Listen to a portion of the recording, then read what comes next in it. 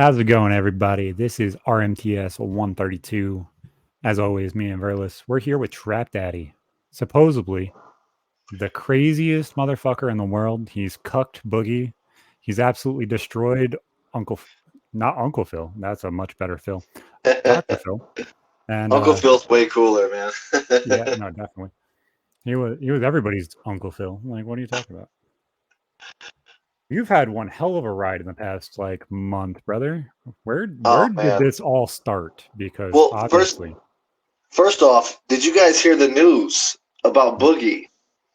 other So than him taking a vacation, on the LolCow podcast subreddit right now, and I'm seeing tweets or a DMs leaked from Boogie that him and Desi broke up, and she's gonna be back on the farm here really soon. So yeah, apparently these are more than rumors with Boogie being cucked. I didn't know I was gonna break them up, but I think that's what happened here. that's fuck. The fact that comes through right as this shit starts is insane to me. But Content, baby. that far in those views, that is not what I expected. I expected all that shit to calm down and go back to its place after you were getting Me called out for too. being like a troll and everything else. Me I too, but completely expected it to calm there's a down. lot more. I think that he knows that there's a lot more behind that than he was kind of letting on. Because man, if I was in his shoes and some girl was Snapchatting some dude like that, behind my back, dude, I don't see how I'd keep her living with me for very much longer either, to be honest. I don't So know. It I sounds don't like know. he Maybe I needed was to a use Blue savior. Chew. That's my guess. If he just needed some Blue Chew, use code RMTS to check out. Get your first delivery free. Apparently he's on testosterone or something like that, isn't he? I don't know. That's what I heard. I don't know, man. At some point, it kind of just gets uncomfortable. No. Like after and don't take this as a shot, but I couldn't picture myself anything over 220. I would feel completely uncomfortable. I remember after my neck surgery, I was at 195, and I'm like, I feel pudgy, I feel gross. Dude, I could only imagine pushing 5. I'd never really been in quote unquote shape. I've been in fat guy shape before, Yeah. whatever that is. But I yeah, 220. That's pretty low. I'm trying to get down to 300 next, and then maybe 250. It could be like the How lowest I tall are you? go. I'm 5'11", So but you're I'm built like a gorilla though. yeah, very top heavy, I would assume. Yeah, Smaller for hips, sure. big shoulders. That You Tank fill up the Abbott frame. Yeah, fat man shape. Yeah, Boom. yeah, yeah. exactly. I'm a knockout guy. I'm not really like the jujitsu type of guy for real. Yeah, you're Would definitely never not boogie guess. shaped like Grimace. I don't know. I don't know where the fuck I saw this. Completely just gonna jack it as my own. Did you ever see that Grimace is shaped Let me fix exactly like a butt plug? Like, If you turn his feet out sideways, he's a butt plug. Definitely something on the internet would have made that Definitely is comparison. something on the internet. Mhm. But yeah, like the shape of Grimace is a butt plug if you turn his feet sideways. I'm sorry, that light was a little too hot. No, Yeah, I I think get I saw fucking that it. actually. I just thought it was hilarious. And if you look at it, him, Peter Griffin, they're all shaped exactly the same. No neck, just shaped just like a butt plug. So where were you able to find the connections to get on a show like Dr. Phil? Because like obviously I started from nothing, Brayless started from nothing. You start from nothing at some point. And that is a rather large jump going from 0 to Dr. Phil. You're going to national television with no following at that point. And you're saying, oh, I have all of these haters. I have all of this hate coming from nowhere. And I'm just allowed and make jokes online. How does that work?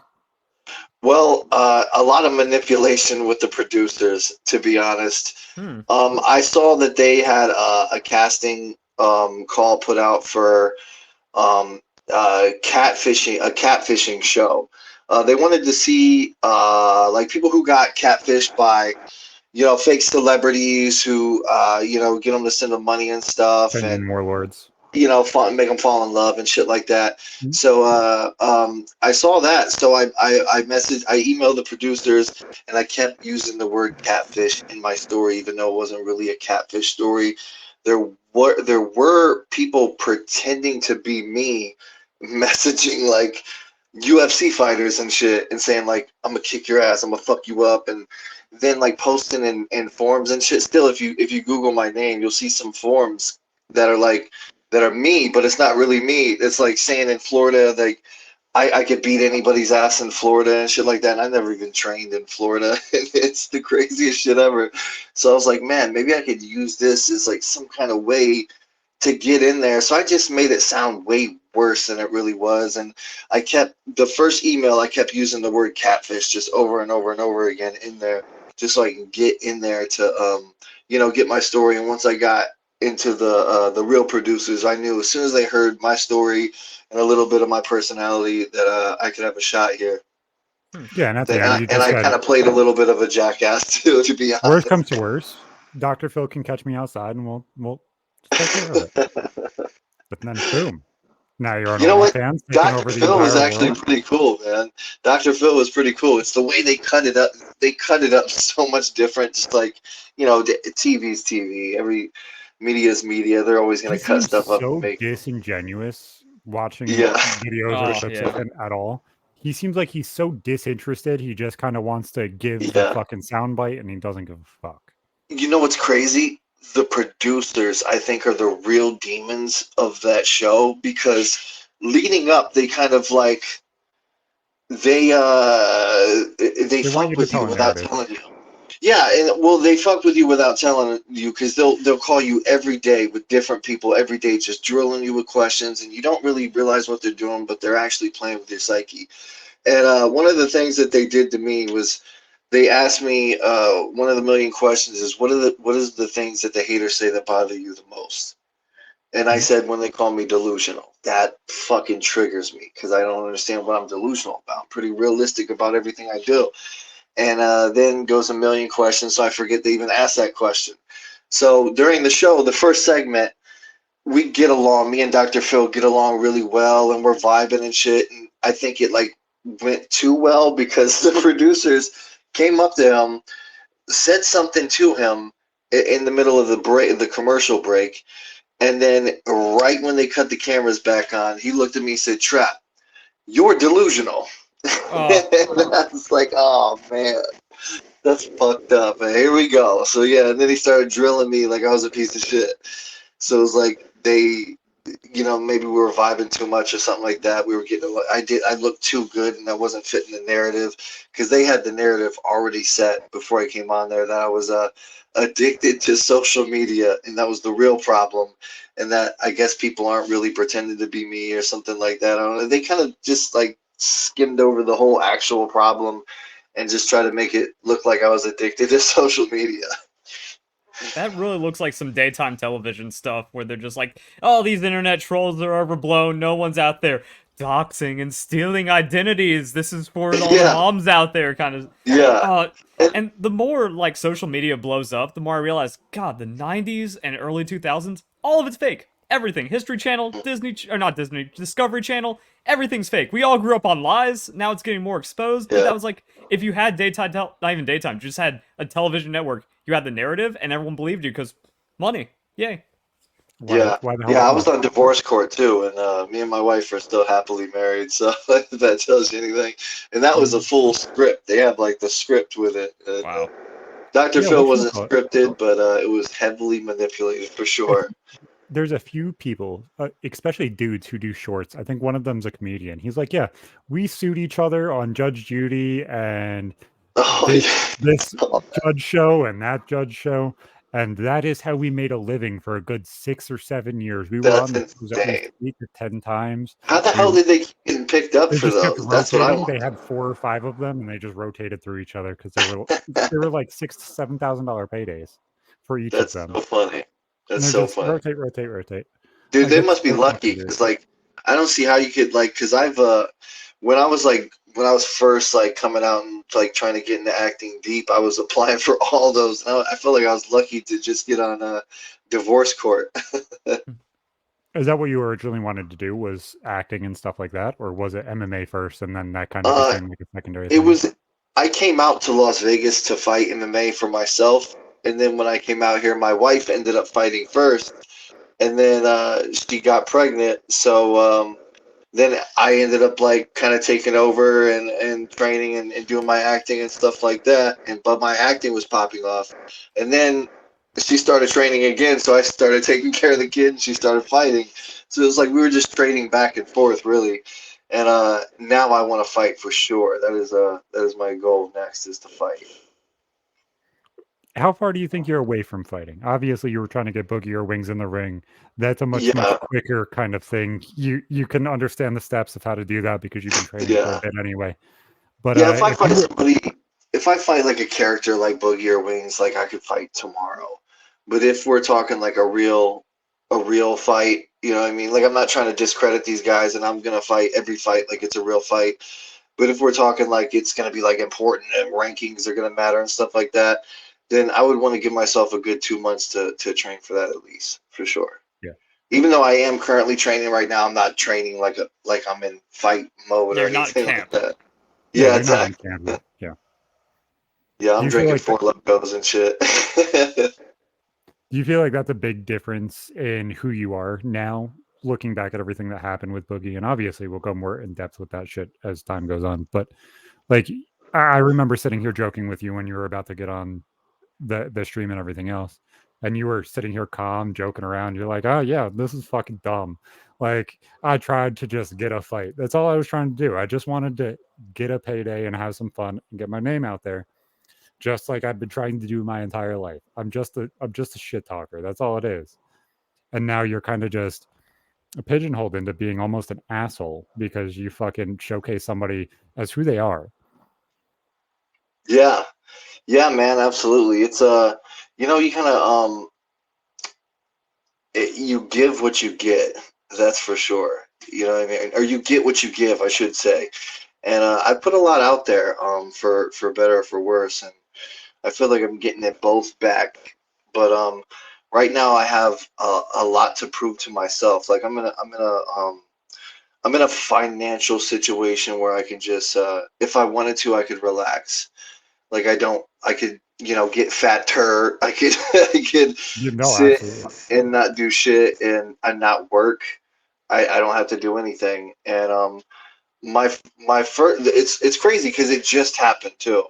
Like my first motivation for this was to get money to help my wife and pay off the rest of the medical bills and stuff. And I now we got all that taken care of, and I still want to fight.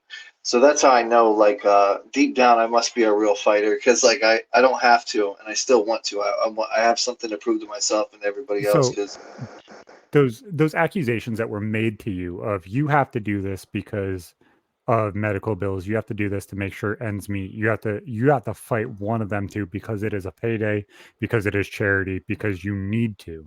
That is not true. not anymore. No, it was. And I had like a lot of avenues I could have went for, and that was just one of Absolutely. them. But it was a motivation that was literally my motivation to begin with. Yeah, I felt like this was the easiest fight on the biggest stage in the shortest amount of time and the easiest work to get there. And yeah, I felt like my wife depended on it, and the medical bills and everything depended on it. So yeah, I went hard No, for absolutely. sure.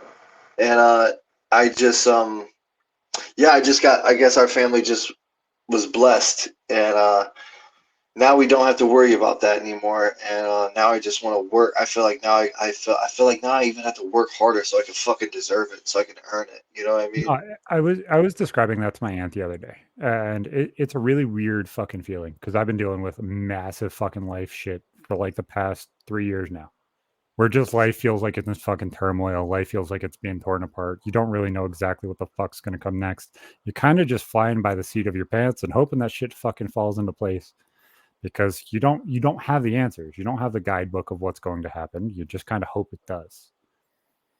And I told her, I was like, I have no idea that what is going on is actually happening because it doesn't feel real. At some point, it just, you disconnect from it of like, I don't expect this to happen. It's probably not going to. There's zero way that this could play out for me at all. Fuck. How the fuck did all of that work out to the level it did, it makes no fucking sense now. And then you're in a fucking state of, wow, I am really just kind of flying by the seat of my pants and hoping that shit fucking works every day now. And Yeah. it's so weird when there's no stress to that level. And I don't know if it's just like my trauma for so long of dealing with all the shit that I dealt with or what, but I can do what I do now with less on my brain than dealing with everything that I dealt with for years now. And life is easy. And it switches. And it's like, what the fuck was I doing? I can overachieve on everything because now I see it and it's less work. Man, I gotta find that level. Right now, I'm like stressing every day. You know what I mean? I'm 33 years old, but I feel 33 years young. Like, I feel like I'm still a fucking baby in this, to be honest. I still feel like I'm Absolutely. learning. Yeah, I No, felt that when I was like 20s, like mid 20s, I was just like, okay, you know, I need to use all of this prime right now. And if I don't capitalize on every second, then like, oh shit, I'm screwed when I'm in my 30s. And then I've had like a lot of crazy stuff happen. I went to buy a house and I got defrauded for like $100,000 because of wire fraud. And I was just like, oh, it's over. Just like complete reset back then. But then I landed back on my feet. I'm like, oh, why? If I didn't it's worry okay. back then, I wouldn't have thrown away as many opportunities. I'd be in a better spot now. So that's kind of like the sooner you learn, it's like, no, you still have all this time and energy ahead of you. Just keep going. Just keep making use of it all. And it's almost like if you don't take anything as a negative, if you take every response that happens to you as some bit positive, you don't know what the fuck it's going to mean. You don't know why it's going to do something. It's just going to. Just let it fucking happen. Take the next step and keep going. It all of a sudden everything clicks because you're like, okay, that's especially if you're an overthinker because you'll already pre-see everything that's going to happen next. Oh, this could happen, or this could happen, or this could happen. Have 3 or 4 different answers. Or I'm just autistic and retarded and I just do that anyway. But like you come up with those scenarios and you're like, oh, I already know the answer to this. I already know what the fuck's going to happen. Then this happens, and then this happens, and you're 5 steps down the road, and it's already done. You already Yeah, see it. You already know what's going to yeah. happen. I get to the point where I'm just like, I feel like I'm kind of just like riding the wave right now. And like, almost like I even told my wife, like, aliens could land in our fucking front yard right now. And I feel like it wouldn't surprise me. Like, nothing surprises me anymore. Nothing phases me anymore. It's just like life is so crazy and life is getting so crazy. Like, I don't know if you guys know who the Liver King is, but he's like, he's Yeah. a pretty famous guy. And like, I never thought that I'd be in the Liver King's like living room, and I was like in his living room the other day. I was just looking around, like I literally came from like a basement in Ohio, and from a city that nobody's ever heard of, with like no money at all, and now I'm eating dinner with the fucking Liver King in a Vegas mansion, and it's just the craziest shit ever, you know? Like, life is wild, man. It really is like a GTA video game if you play it the right way. I feel like now I'm on like level like 3, and there's like 6 levels to this. No, and there's always, as weird as it seems like there's always a level that you can step as long as you see it. And it will click the second that it makes sense. It will move forward the second that it makes sense, regardless of how you get your name out there. There's always a reason why you can step. What's funny is, and I will finally say this, I was questioned to be the third host of LolCow. I was Really, questioned to be the producer of LolCow. Where Keem was sitting was possibly my job. man, I feel bad for you on that podcast. They got some I'm happy it character. wasn't me because it is what it is, but like You know where that I would have think been I a nice fucked fucking up? payday and a lot of eyes. You know where I think I fucked up, man? I'm not like I'm not I what is the word, grotesque enough where I'm not gonna go on there and flamboyantly call somebody a pedophile over and over again. I'm not gonna like make a jackass of myself as much as they do. I don't feel like, I think I was more of a wannabe low-cal than I really was a low-cal. I feel like maybe just because I thought I was, because I was on the Dr. Phil show and I had some trolls. But the more I'm looking into it, like this guy was telling me, he's like, look, dude, like locals, they don't have like endeavors and shit. Like, you're like a fucking professional wrestler, actor, all this other shit. Like, you do movies and shit. Like, locals don't do anything. They just they're on the fucking internet, like playing video games and shit. Yeah, And exactly. And then you have the person to so wrangle maybe them, I'm and just that was me. I'm looking for That's an what I was audience talking in the wrong area. You know what I mean? Because I kind of have an audience. I got I got like 40,000 followers online, but it's not really an interactive audience. You know what I mean? It's just a bunch of, you know, friends, family, fans from the Dr. Phil show and other stupid shit like that. Yeah, and if the Dr. Phil show like misrepresented you by trying to sell a story, then Oh, those fans aren't going yeah. to understand like who you Yeah, really are, and then that's what yeah, podcasts are for. absolutely. And it's like, yeah, everyone thought you were LolCow. It's like, wait a second, this dude's like just a dude, and he's doing well, and now he wants to actually be like a serious fighter. That's not LolCow. Get out of here, fraud. Yeah, and I look like a jackass on the podcast too. Like I was rewatching it the other day, and I was like, damn, Mm. I really I don't know, I just didn't look good on there. Just the whole setup, the way they had it, and the way I represented myself too. You know, you can only look so good as you do yourself. So Well, I think a lot of it is the first time that and obviously this is kind of slightly different for you, but I think the first time that you're thrown in lights that are different than what you're used to. So Dr. Phil is going to be different than an I was online nervous podcast on the when you have a LolCow thousand podcast. Yeah, live. Like and you're going to have that disconnect where you're like, oh fuck, you got those yeah, little bit of jitters. You're not going to have your thoughts fully thought out and everything else. like dude, I'm You, finding out who I am on these podcasts. yeah, Like I don't know if you've seen, I went on the Ethan Ralph podcast, and I did yeah. that shit on purpose because I knew he's a character. They hated him. I knew he would get out there and shit. So I went on the Ethan Ralph podcast. I'm not exactly a fan of the guy, but you know, You don't have to whatever. be. And you know, I was kind of finding out who I was on that podcast because he had a guy come on there that was asking me the craziest stuff. I thought I was, you know, a cool, hip, comfortable guy in a conversation. Then he's asking me if I eat asshole, and all of a sudden I start blushing. And you know what I mean? I'm like, okay, yeah, this isn't. Maybe I'm like out of my element a little bit here. You know what I mean? A little bit Well, PG-13, I guess. I don't know. as PG-13 as it goes, but like in all honesty, it seemed like you were talking like you were in an open relationship on the stream with LolCow. Like, oh, me and my girl were talking about doing this. Therefore, she was going to be involved. You know what I'm saying? So, like, Yeah, it is it a sounded gray weird. area in Yeah. between there? But like, you're No, no. articulating So yourself in a weird place. You're kind of putting yourself there. Like, you're no, in a place me to and my talk. girl just like we, you know, we Google at other girls and shit like that, but we're not like swingers or anything. Yeah, no, You know, absolutely. we'll go to like a strip club every now and then, but that's about it. No, but like that's what I'm saying though, is like there's always that gray area where it slightly connects and people are like, oh, they must be this, therefore they Yeah. assume. Once they assume, then you Oh kind of yeah. just step up farther and farther and farther. Man, you should see the LolCowL Reddit. They fucking hate me. The LolCowL Reddit hates me, man. They think that I'm like just the biggest piece of trash ever, but you know, whatever. I don't understand. I don't understand why I'm not getting the credit that I deserve because the LolCowL podcast is quote unquote supposed to be ending, and the last four podcasts was literally like about me, and nobody's talking about this. Nobody's talking about how I manipulated Boogie's girl, and they tried to bring me on, and since they couldn't find me, they brought this fucking Zach character on, this morning after kill guy. That's the guy who wanted to fight Wings. Yeah, the guy that broke his hand on the wall or Yeah, some shit like that. Yeah, he broke he his did. hand on the wall. He didn't know that there was. I think it's called flashing in the corner of the wall, and punched it and broke two of the metacarpals in his hand. That's fucking hilarious, man. But that actually sounds really painful too. But Oh, I've anyways, done that numerous times at 14, punching that telephone guy poles and trees. that guy was talking mad trash to Wings, and then I came on there. And then the whole Boogie situation with me and Boogie and Desi.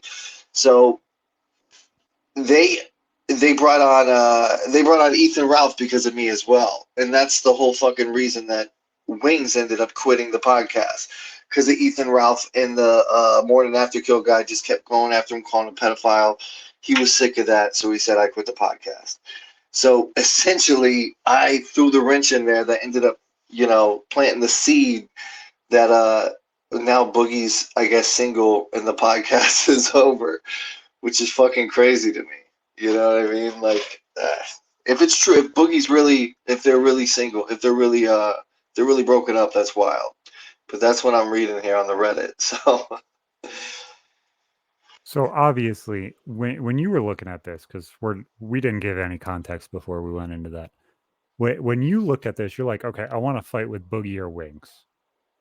Why would you pick Desi over Kelly, who is Wings' wife? Were you just like, okay, if this happens, I want it at least to be an acceptable thing that happens, not something that's kind of weird? you Or know, did you just go for the one that you felt was more self-conscious? Like, I where I was your mind in I this? I am a dumbass, and I thought the fans would appreciate that I was doing something good. To be honest, I felt like, well, I'm kind of like saving a girl from a fucking pedophile, and like at the same time, I'm breaking up a relationship that shouldn't fucking, like, it's weird. You know it's gonna be over. Like, eventually, it's disgusting. So I figured that the fucking fans would appreciate that. You know, a 20-year-old girl with a 50-year-old like guy who can barely even walk. It's just weird to me. So and it's weird to everybody else. So I figured they'd appreciate me breaking that situation up. And she's so young. And I saw the documentary, and I was like, man, she just looks young and impressionable. And that was a good time to, right after the documentary, follow her and start commenting and be like, oh, I really liked you in the documentary and stuff like that. Like, I had something to go with there. And yeah, she was, young, dumb, easy, and I figured the fans would be on my side, but I figured wrong, man. The fans think I'm a fucking scumbag for trying to break them up and shit. So, and they might be right, whatever. I knew it was kind of a shitty thing to do, and I do feel bad for her, not for him. I don't appreciate him at all, especially after what he said about me and my wife. Just the weirdest shit ever. But he I feel bad for Desi in this situation because I kind of threw her under the bus to get myself over, and yeah, she was collateral damage for sure. So in the end, if he offered to fight you now, what's the price tag on that? I'd fight him for free if it was on a big stage, or I honestly, think that I guess any stage with Boogie would be. Well, I'm not trying to make a fat joke. With it has to us, be a it's gotta be a reinforced big stage. stage, yeah. With two 400-pound fucking guys, you know what I mean? But no, I'd fight them anywhere, anytime, man. Honestly, money really isn't an issue. I'd pay for that fight. I actually sent Wings, and Wings fucking tweeted this and then blocked me for some reason. So I messaged Keem and I tweeted. No, I messaged Wings the same fucking thing. I said, "Look, man, I know you said $20,000, but dude, that's like a UFC fucking main event payday, dude. I'll pay you $5,000 out of my pocket. Then we can do promotion to raise the other like 5K, and then you can get like a 10K payday. And I don't want nothing out of it. And you can fight me here in LolCowLive here in Las Vegas, like you guys wanted to do a live podcast and a fight. This would be fucking perfect." Keem left me on red, and then Wings screenshotted that and was like, "This motherfucker wants to pay me to fight, but he needs to take care of his wife first. I ain't fighting anybody. I ain't fighting you no matter how much it is. I'm loyal," or something like that, and then blocked me. But he says he's loyal to Boogie. The funny thing is, I got screenshots from Boogie in my DMs talking shit about Wings and telling me to beat the fuck out of Wings and shit like that. So they're both weirdos, man. I don't know. No, and it seems like just as many. Verlish, you're muted, bud. There you go. When did that happen? I don't know. You've kind of been just chilling, so I didn't even realize that there wasn't background audio. That's my retardation. Go ahead. I was just saying, like, everything on the internet's so crazy. Yeah, it seems like there's some people that are just completely disingenuous and don't give a fuck, and then there's the people that put in so much energy, and they're the real ones you want to stay the fuck away from. Yeah, yeah. If I'm disingenuous, there's a reason behind it. You know what I mean? And yeah, I'm very cerebral for sure. And I thought I knew what I was doing. I thought that was all going to lead to a fight, and it still might. And there's still some things I'm working on in the back that I can't really talk about. But maybe it will eventually lead into a fight. If not, it'll lead to some great content. That's for sure. Exactly. You ended a podcast that was 2 people's payday. I was contemplating making a joke, but I didn't. But like as a Yeah, whole, man. like you killed something that was supposed to die, a year from now. Not now. Yeah, I don't know if anybody's gonna give me the credit for that. There's a couple guys on the Reddit that know what happened, but for the most You part, they're shot the all spike through the crediting wall Ethan cow. Ralph. Yeah, Ethan Ralph went on there and went hard on Boogie, man, or on Wing, and I think that's Honestly, like, I watched that stream, not live. I watched the highlights, obviously. The way that they attack him with just the same fucking thing over and over and over again, without having kind of the intellectual depth to understand that there's differences to things. You can't just make the same accusation and poke and poke and poke and poke and poke. People are gonna get fucking pissed off. Just like when people call Verlis a fucking narcissist because he says he's the best. That doesn't fucking matter, number one. And number two, as a whole, if you poke the same hole, you're not doing anything more. You're not being articulate. There's nothing. You're just gonna wear out the hole and then you won't be able to feel anything. Yeah, pause again. Yeah, man. And especially like if you bring these fucking guys on, that sounds like they're arguing at a high school lunch table. Like the Morning After Kill guy and Ethan Ralph, like those guys literally sound like they were just like, I don't know, just trying to sound like just like cringy just for the clicks. You know what I mean? But that's just me. I don't know. Maybe I'm just a little too old school for that shit. But I like real beef. I don't feel like that was I don't feel like they were just like real. I feel like they were just like being mean to be mean. And I'm not that mean. If I'm being mean, there's a reason behind it. These guys can just say the craziest shit, like calling Desi ugly and shit like that. Like, what the fuck did she do? I know I'm like manipulating her and shit, but I'm not like calling her ugly and like making memes of her. Like she has nothing to do with that. And I feel bad even bringing her into any of this. I don't need to have an opinion on somebody else's girlfriend. Like, just no. I have my own. Yeah. Dude, they're talking about my wife dying and shit now too, because I fucked up and mentioned, my wife's terminal illness, and they're talking about my kids and stuff. Like it's wild, man. But these guys don't have any fucking lines they cross. So no, I dealt with that too. Like, I gotta be prepared for it. When I got my job, I was dealing with somebody who doxed me. Somebody who was in the inner circle just released all of my information, started talking shit about my kids and shit like that. Like, no, go fuck yourself. Like, honestly, go fuck yourself. Did you know that if you go ahead, sorry. They posted personal private pictures and it used my pictures to say that they were me or even friends of mine from elementary school that died. Like, no, go fuck yourself. You're honestly a piece of shit. You just are. Like, that's, and it's like, that sounds like, get over that. No. So I heard a little bit about like the Kiwi farm. Is that like some Kiwi Farms type shit? Because I heard about that shit. Yeah, it's just like some, like a group of trolls and shit. I've had trolls do some weird shit like that too. Like my daughter passed away last year, and I had trolls put her fucking picture on a tombstone, like with like a meme and shit like that. Like these guys don't, and most of them are like with an account that has no name on them, and shit's like a picture of a duck or something like that. So, the old school Twitter egg, y'all remember those? The eggs always talking shit to you. Yeah. It's weird because it's like the people that will get the most interaction on those things are the people that are the most outlandish. It's a thing that just barely makes sense, just as obnoxious as it possibly can be, and will strike a nerve with somebody because it gets the reaction. The second it gets the reaction, all of a sudden, everybody fucking doesn't even pay attention to what the fuck it is. It just goes out and it blows up. Yeah, a lot of hate mongering, I guess. Just like Leafy's a really good account for an example for that, a Twitter account where he just posts stupid shit like there are only 2 genders. Like of course that's gonna get fucking people.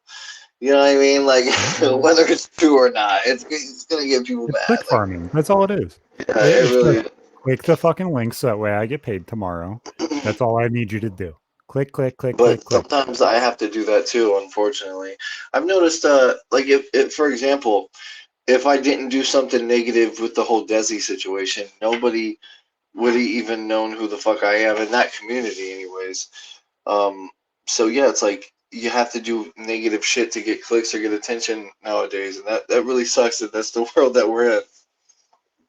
Well, that's been the world that we're in. Yeah. It's like unless you kind of have the title best, everybody is vying for the eyes that are left, and vying for the eyes that are left is being the most obnoxious, the most eloquent, and you're the other version of best. And everybody then fights for what's left. That's all it is just who can articulate themselves properly, who can be the most obnoxious, who can be the funniest, who can be the quickest wit. And it seems like it is starting to go back that way of just let somebody fucking rant for 5 minutes and make a joke here and there and people will pick up on it. But it's still Everything like, goes full circle, right? yeah, at some point, we've retarded enough of our brain cells that there's too many smooth brains to get all the jokes. There's just too many.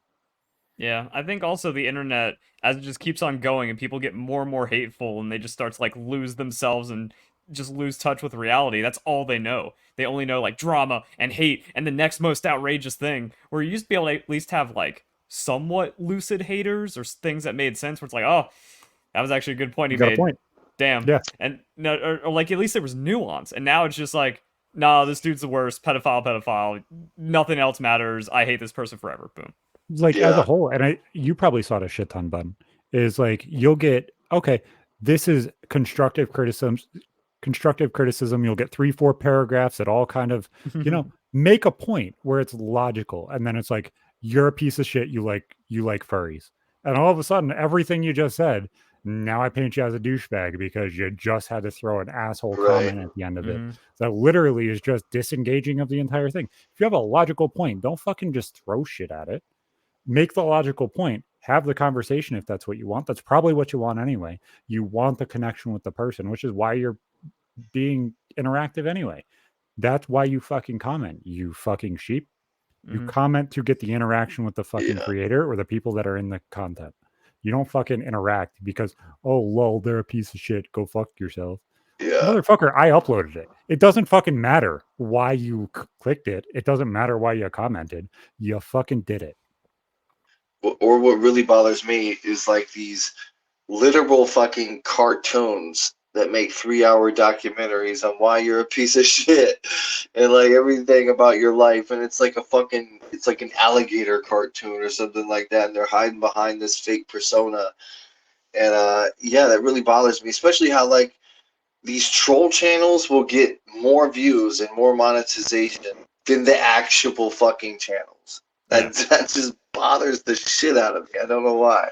And, So, and yeah, it's an icon that like every 3 seconds changes to when they're making a point.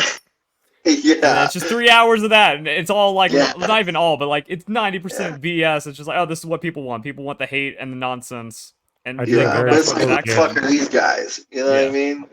Exactly. And then going back to what Zach said, I haven't seen a constructive like negative comment in years, but then people will say, "Oh, you're just narcissistic. You're not responding to criticism." Like the dude telling me like Constructive all this criticism. nasty wrong stuff is just not correct. How am I supposed Yeah. to take that as criticism? And constructive people are criticism gross. is not the same as just straight up criticism. And nobody wants to fully fucking grasp that.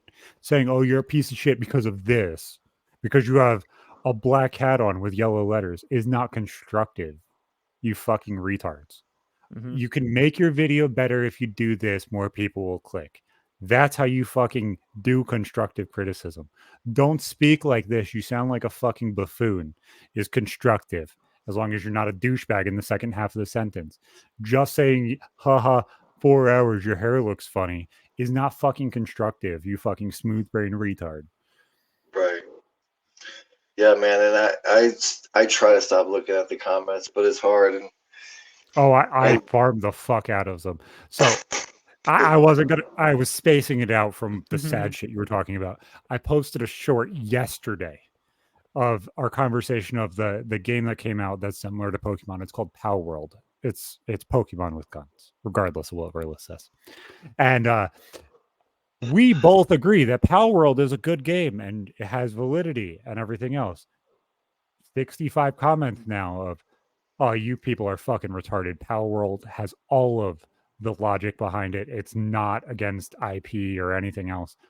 We both support the fucking game. They didn't watch the fucking content. They just watched the fucking click on the title and said, oh, this. I'm like, you guys are fucking retards. Go ahead. Keep commenting. Keep commenting. Keep commenting. You're fucking dumb. At least it It's helps not the algorithm, complicated. right? Yeah, exactly. When did I missed that? Oh my god. Yeah, that video's popping off. Let's go. Like, dislike, I don't care. Just keep going. Keep fucking commenting. You fucking retards. I You used have to no delete the idea. comments or hide them, but now I let them go. But they still say some dark, man. Sometimes they just say the darkest shit. It's like, fuck, man. I can't let that be on my I page. like flipping people. So somebody was like, yeah, can you just grow up? I said, no. Just no. Yeah, yeah. What Yeah, are you see, gonna do like about it? I'll fuck with shit like that, but literally I'll get shit like you know, about my kids and shit like that, Yeah. or about my wife, and that's when it's like, you know, or mentioning death and shit like that. It's just, people just cross the fucking line. They know that's what gets me sensitive, because they know that I'm a guy that, like, I usually roll with the punches. Like, you can call me fat, you can say I suck or something like that. Like, that's fucking fine and probably true. But when you talk shit about like my kids and stuff like that, it's fucking horrible. Like, who does that? There's no reason. Speak on somebody who Stupid. has a voice, not somebody who is the voiceless. And Yeah. like as a whole, I slowly taught myself if I'm gonna wear my heart on my sleeve, I'm gonna talk about family stories. I'm gonna talk about why I'm so fucked up and so retarded. You know what? Those things cannot fucking hurt me, regardless of if I look like somebody who was in the 1940s in Germany or whatever. It doesn't fucking matter. I have to wear it. Let me fucking wear it. It needs to be built up, and I need to make the jokes first and just fucking let it happen. Know it's going to happen. I'm on the fucking internet. The worst things are going to be said. But you attack Yeah. anybody other than me, we got a fucking problem. And I'm going to come for you. I promise you. When I say what I'm going to say, it's going to hurt so much worse because there's going to be thousands of people behind me. There's a difference there. Man, I saw the most genius thing today. This guy is going viral for tattooing his haters on him. Like, he'll literally, like, some, like, people talk shit about him. Like, they'll be like, fuck you, your music sucks. And he'll go and do research and see that their dad died or something like that. I And saw he'll this. fucking, Yep. yeah, he'll post he'll fucking tattoo like their dead dad on his neck and shit, and be like, "Oh, well, you say I suck. Well, your dad's with me forever and shit." Like, I'm like, God damn, bro, that's genius on another fucking level, man. Like, I usually hate trolling and shit like that, but that's funny. It's almost teaching people to not put negativity out there because you never know what can come back. No, and that's why I like being as witty as I am because as a whole, like you might be able to come up with something good. I might even tell you a good fucking joke. Like, just is what it is. I'll fucking take it if it's a good one. But don't expect me not to come back if I have something. And if I Right? have something, it's probably going to be pretty good. It just is. Yeah. He's trying to hurt feelings out here. Oh, you can tell when they get hurt too, because then they're just like, lol, lol, lol, lol, ha, ha, ha, you're so worthless. I'm just like, oh, he just had a meltdown, brain completely fried off that one because it hit that right note. That's what I live for. Sometimes I'm good at those zingers, man. I've been watching my Kill Tony Oh podcast no, and trying to study up on that a little bit, that's man. gonna give you some good ones. I really want to do stand up comedy someday. I really do. I got some shit written down, so you never know. It's on my bucket list. Sometimes we're gonna see you on Joe Rogan like 2 to 3 years. That Oh fighter man, into comedian pipeline. I I don't know if I was nervous for the LolCow podcast. Could you imagine me on Joe Rogan? It's got it's funny.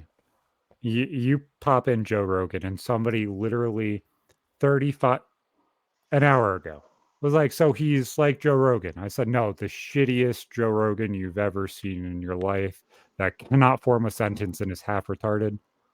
Also, semi incest kid. That somehow gets paid.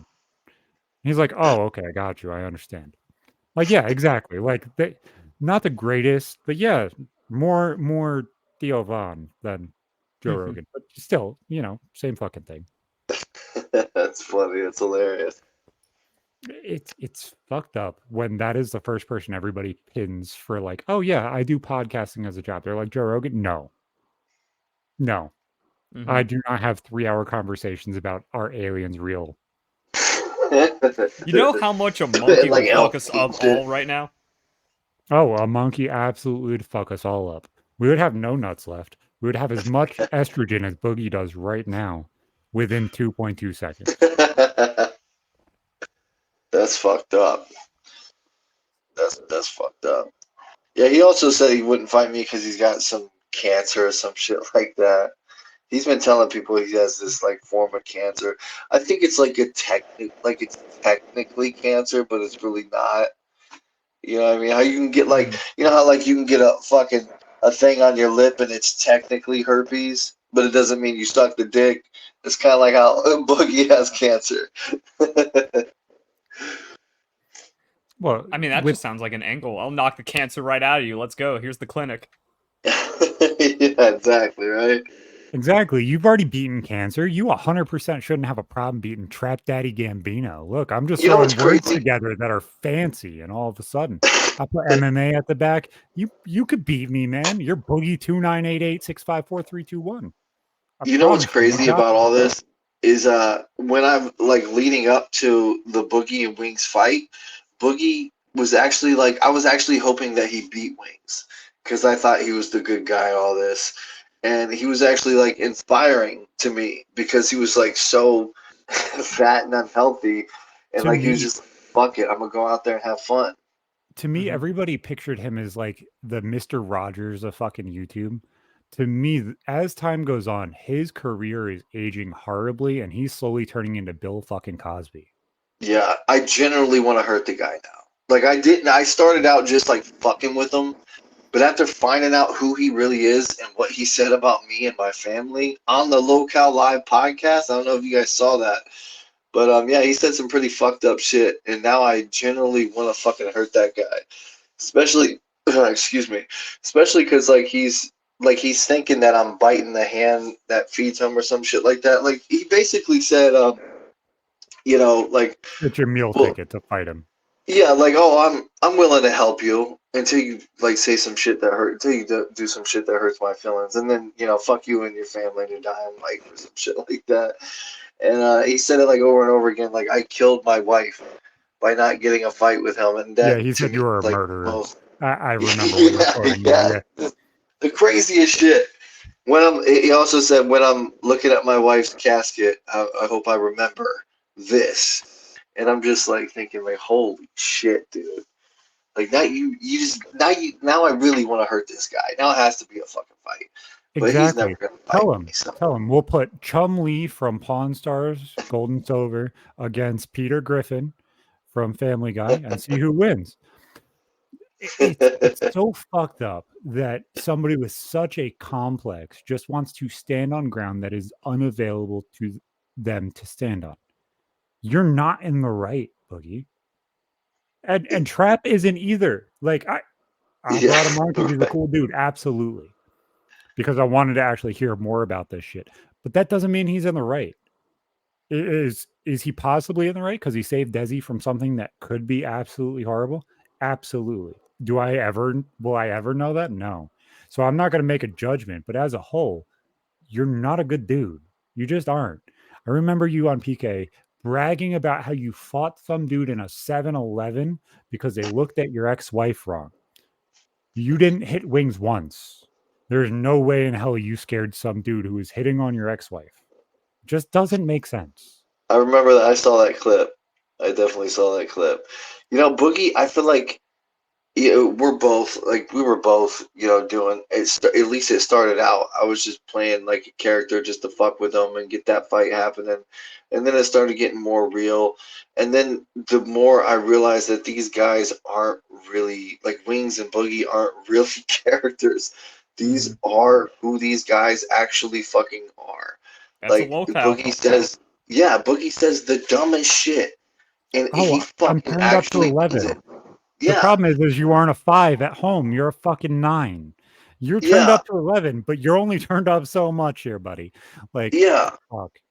yeah. So like when I'm watching these documentaries that are talking shit about him and stuff, I'm always like, they're always like saying like, oh, Boogie's such a, he says this and he says that just to make people feel bad about him. I'm like, oh, maybe you're just saying that because you're a hater.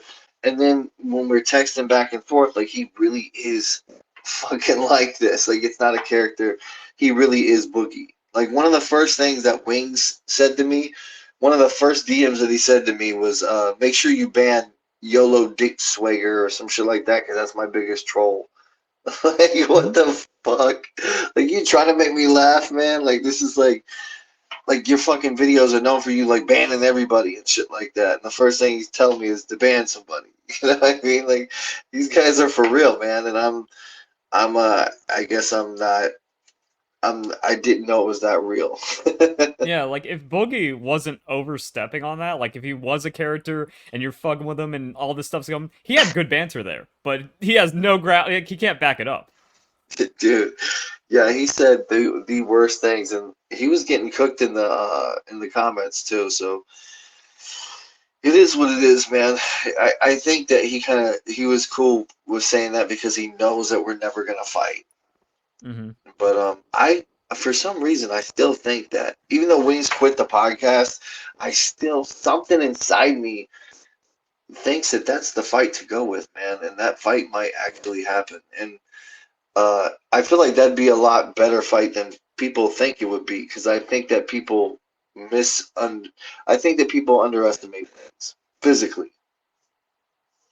I think he's in better shape than people assume him to be, but he's in worse shape than he thinks he is himself. Yeah. I think that it's not like his shape more than it is like his size and his like aggression. He looks like he doesn't care to get hit until he has to get hit hard enough. And once he gets hard enough, we'll see what happens. But there was this one big hillbilly that reminds me of Wings that I fought before, and I thought this guy, I was like, man, as soon as I hit this guy, he's gonna fucking crumble. And I hit him like 5 times as hard as I could, and he just like kept walking forward like a fucking robot. I was like, damn, I really have to put this guy down. Like, so I feel like Wings might be one of those guys. Yeah, Yeah. and as a whole, when you have that body shape of having that extra mass there, whether you're hitting body shots or head shots, there's going to be more of a cushion there than hitting somebody like me. There just is, because there's that difference of body fat composition. There's that difference of weight composition. If you have 5 more pounds in your fucking face, like there's just a difference there. And then you also have the difference of a beard. You have the difference of a jaw. Like there's so many different figurations in that situation where it just affects how you're able to take hits. And he has most of them checked off. He just does. How tall is Wings? He's like 6'2", right? No, he's like 5'10". Is he really? I thought he was thought big, he was- boy. Are you sure? I thought he was like 6 something at least. No, I think Because I I'm think he's shorter. I'm 5'11", and I thought he was taller than me. Let's find out. But yeah, if I thought he was like 6'1", 6'2". That is definitely not true. That is from legit.com. This one says 5.5. That's what I'm saying is not true. This one says 5'11". That one makes sense. 5'11", yeah. That me and him so we're pretty much the same fucking And size. Dude. this one is YouTube boxing records, and that is 5'11". He's Damn, 5'11" dude, with a 72-inch wingspan. I'm 70-inch. I'm a 70-inch reach, and I'm 370 pounds. Yeah, we're pretty He's close. your fight, unless you're going to give like 150 pounds to Boogie.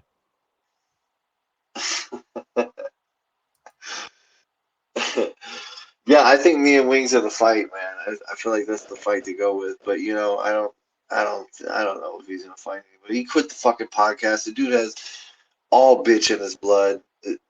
I don't know. He's talking about like I said, he's talking about he's loyal to Boogie. But I showed him screenshots of Boogie texting me. I could send you guys this if you want to post it up with the podcast. I'm not sure how you guys do things, but I could send you the screenshots of him telling me that he hopes I knock Wings out in Vegas for the LolCowLive and shit like that.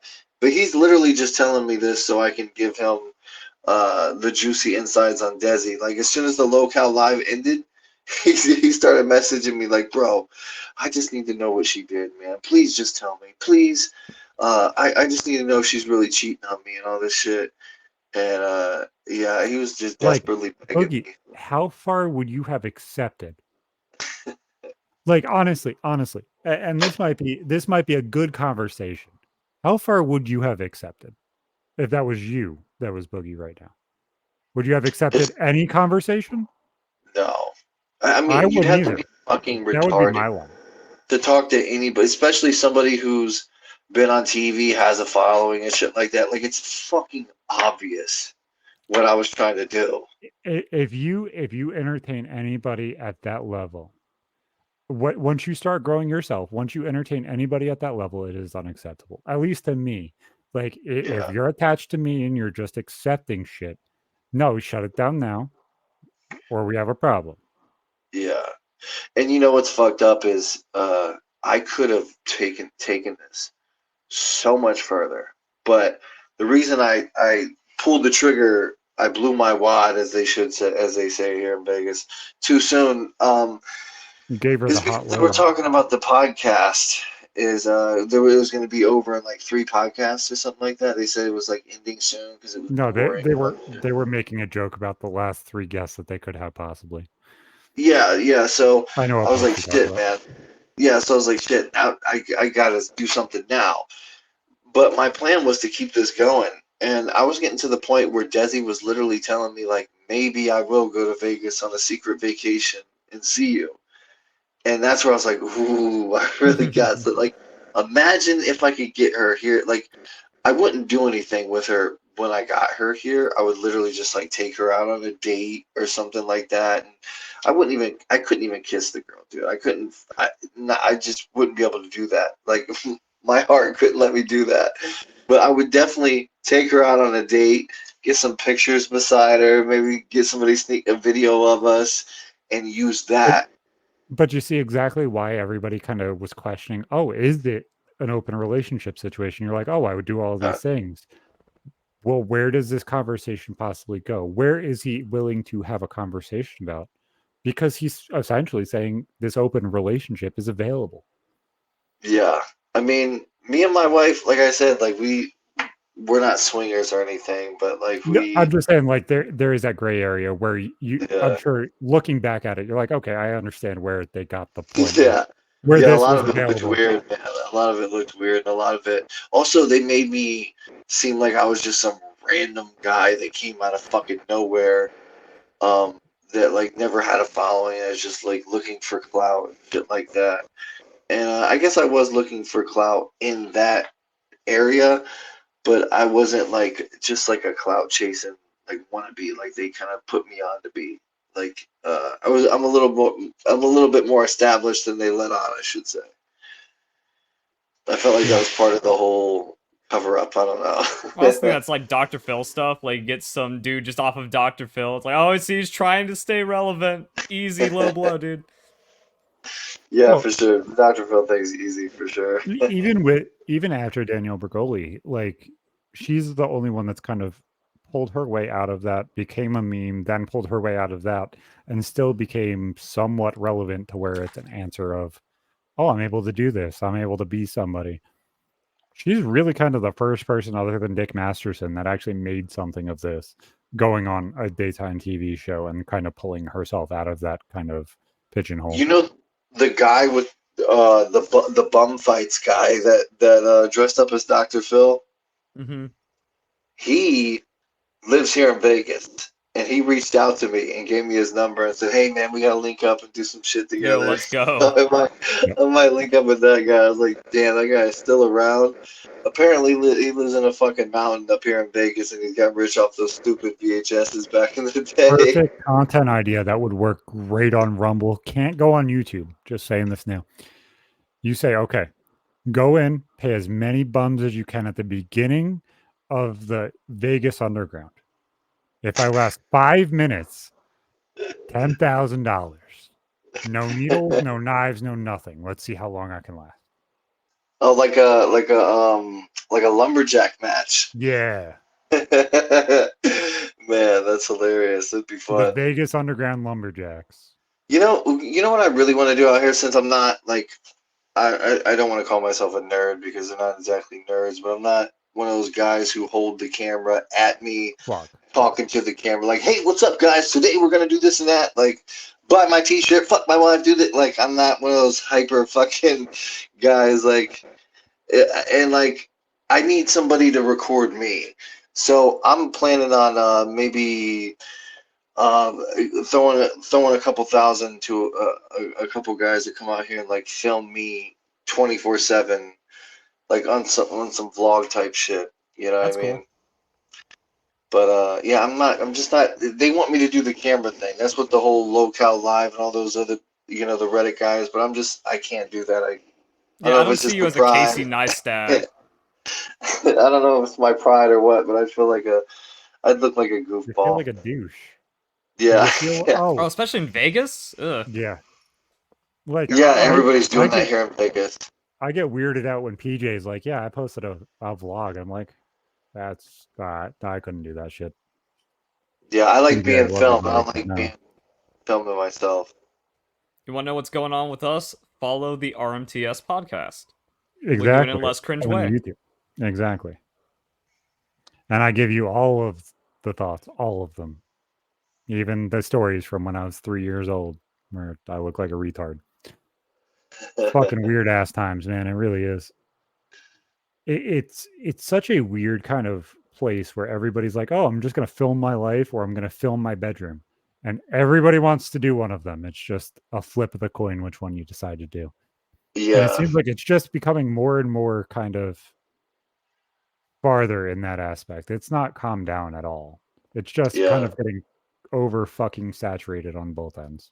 What bothers me is like it feels like everybody's cool, so nobody's cool type of situation. Where like back in the day, when I was like 14, 15, I was known in my city for being a rapper. Now, this episode is sponsored by Blue Chew. Let's talk about sex. Guys, remember the days when you were ready to go? Now you can increase your performance and get that extra confidence in bed. Just like everything else that sponsors this podcast. Brings you up to that next level. Listen up, BlueChew.com. Blue Chew is a unique online service that delivers the same active ingredients as Viagra, Cialis, and Levitra, but in chewable tablets at a fraction of the cost. It's amazing. You can absolutely just pay shipping and handling for that first shipment, and you get 3 for free. Just pay $5 in shipping. You can take them anytime, day or night. And if you take the Cialis one, which I believe is tadalafil, you get 36 hours worth of this medication working. It's not just once, man. The process is simple. Sign up at BlueChew.com, consult with one of their licensed medical providers. They even make sure that it's safe and healthy for you to take. The best part, it's all done online. No visits to the doctor's office, no awkward conversations, no waiting in line at the pharmacy. And they're made in the USA and prepared and shipped directly to your door in a discreet package. Does it work? Absolutely. You will feel like a god. You will feel like you are absolutely focused only on one thing, and that's getting her in bed. So, as always, go have some fun. Take some Blue Chew. Enjoy yourself. We got a special deal for our listeners. Try Blue Chew for free when you use the promo code RMTS at checkout. Just pay the $5 shipping. That is bluechew.com/promo code RMTS for your first month free. Visit bluechew.com for more details and important safety information. And we thank Blue Chew for sponsoring the podcast. They want to help you have better sex. We want to help you have better sex. Discover your options at Blue Chew.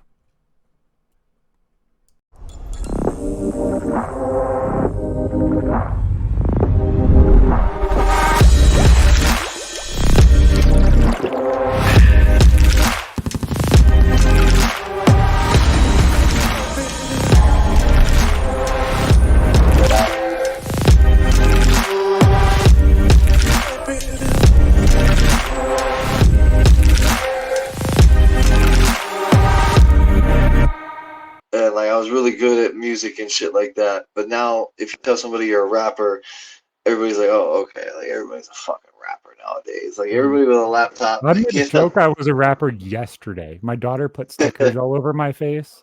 And I was like, look, I'm Little Big Dad. Hey, that's a good one. I like that. Well, I That's a grew up good dad on joke, yeah. Eminem and Little Wayne. Like, it just had to be Little Big Dad. And I thought it was too good. I was like, this is Yeah, fucking man, like hilarious. everybody's cool nowadays, so nobody's cool. Like I thought I was like setting up my like computer and shit nice and shit. Like I don't know what the fuck I'm doing, but I set it up with like the microphone and shit, and I'm like, this looks like every fucking buddy else's setup. Mhm. Like, and I put a lot of money in this shit. Like, Mhm. Yeah, the nobody's cool. accessibility, too And easy. and the second that you don't know what you're doing, you fuck it all up and you just wasted a shit ton of money, which makes it even worse. Yeah, yeah, yeah. Yeah, man, I did that a couple times in life, but at least I'm learning. At least I'm keep going. You know, you got to. Yeah, and then It's with the all only the way to, log stuff, so much of it's fake too. Like you can rent out a thing that's like a private jet, so you look all fancier than you really are. Or all you have to do is just make one corner of your room look luxurious, and then everyone thinks you're some kind of big shot. But it's all fake. Everyone's just Yeah, nobody. yeah. They have this photo booth here in Vegas that's like literally like you can go into like a jet, or you can go into a limo, or you can go into like a bunch of other like fancy hotels and shit like that. And it's literally like different rooms. yeah, isn't that Pretty. why he said that you're insane to believe the things that you're doing is going to work because whatchamacallit, you were taking pictures with limos and PJs and shit like that with Dr. Phil. I don't know what I. That's the weird thing about that show is I don't know exactly what he was trying to say other than like I'm delusional, and I was like trying to ask him like what am I delusional about, That's what and he said was, well, you take all these pictures with limos and stuff like that. You're making no money. You're not doing the thing that you're saying you're doing. You must be delusional. You're yeah, see faking that's it. what I didn't understand because like I was actually doing this stuff. Like I was actually in the limos. Like that was a real limo with real girls. You know what I mean? I wasn't pretending to do that. Like we was really partying and shit that day. You know what I mean? Like it wasn't. There was nothing fake about it. You know what I mean? Even though I was broke, I was still balling. I Yeah, was it's broke what balling. level is broke? You know what I'm saying? If I Yeah, and still can go do the thing, is that really broke? yeah, and Do I have like being in a limo in Vegas, that isn't like oh, one of the things he said is you're what did he say? You're like big. You're showing like you're big time and this and that. And I didn't understand like what the fuck that even means because like just being in a limo and like that's not showing anybody that I'm something I'm not. It's a just couple showing I'm kicking in $100? a limo. Yeah, and I like kicking in a limo. Like that's just a Yeah. Vegas thing. Even if I'm showing myself in a fucking king's tut with a crown on my head, that doesn't mean I'm telling people I'm a fucking king. That's up to their interpretation. To me, anyway. I feel like everything online is like up to people's interpretation unless I'm And outright and saying like I'm fucking rich. and it cycles Yeah. back to the whole Verlis is a narcissist thing. Like if you portray yourself in a certain way, in a character way, or in a way of like, I am this, I'm going to showcase myself as only this. That is not saying that you have some sort of delusion that you're only that. You're a different kind of person. There's different parts of you that you're not showcasing. That Yeah. it doesn't mean you're delusional. Yeah, like will Like, you willing to post my bills and shit? if I The sat next here post, posing, I'm gonna be like crying, looking at my bills and shit. You know what I mean? I'm at the cameraman posting and shit with the light. I'm gonna just be crying, looking at my bills, and then that'll be, I'll be the realest motherfucker on the internet, I oh, guess. it would be even funnier if you photoshopped the entire bill to be a paper bill from OnlyFans because they couldn't get in touch with you over the internet, so you had to print it out. That's great. That's great. Yeah, you secretly have a porn addiction. It's nothing. Nothing's wrong. Your life's not falling in shambles. You just had to fight wings because you had an OnlyFans addiction and you finally kicked it. Now you have to get rid Yeah, of the that's bill. another thing that the Dr. Phil show tried to make it seem like I had like problems in my life or some shit. like like that my life was like falling apart because of social media. And I did play it up a little bit like the No, you were trolls were like catfish. yeah, the trolls were fucking with my car and shit like that. Like that's not true. But I definitely wasn't, selling my TV for social media. Well, the other thing is like people that are that level of famous, will never fully be able to grasp how much their trolls affect their fans. Those 60-year-old grandmas that follow Dr. Phil and all of a sudden they get a comment saying, "You just want a fucking cruise, here's $500," or "Follow me here and you'll get $100,000 if you send me $100 today on PayPal." You are worse. You do not say, "Hey, don't pay attention to this." You don't acknowledge it. You don't block them. You don't handle the problem. You don't fucking care. You don't know. You don't care. You don't want to put in the attention and effort to fix it. You just are disconnected. You know, I still get messages to this day from fucking Dr. Phil fans because my show gets randomly like replayed in like certain states, and sometimes I'll get like a spam of fucking fans from Australia one day because my show got played in Australia and shit, and they're all telling me to like kill myself and you know I should get rid of my kids and shit like that, and it's the craziest thing ever, man. These Dr. Phil fans they think everything's real on TV, that's for sure. Especially when he was outed as somebody who was accepting abuse towards children. It's fucking insane to me. Oh yeah, like some of his shows showed him like basically kidnapping these kids out of their home to take them to that ranch and shit. If you really look into a lot of it's pretty weird, man. A lot of it's pretty weird. And Dr. Phil, I just don't trust that guy. Whatchamacallit, the Catch Me Outside girl claimed against that fucking ranch in multiple different Yeah. ways. I don't know the ins and outs of the entire case, so I'm not going to speak on it. But if any of those allegations are true, he should be implicated, just like a lot of these pieces of shit should be. Like, if he said, "Hey, go here, do this," and that kid gets abused there, you are just as fucking in that case as the person who did it. You just I think are. he said, yeah, I think he said word for word that like whatever happens on the show, I'm not responsible for. Like, what the fuck? Like, whatever happens like after the show, he's not responsible for. But we actually do sign for that, so I guess he has a point. We also signed that he's that the advice that he's given us is just for like a TV show and shit like that. It's pretty obvious No, like the what's only going value on. you get out of it is just pay. That's all you And get. I'm a relaxed guy. Like I'm relaxed with you guys right now, and I was pretty relaxed like this on the Dr. Phil show.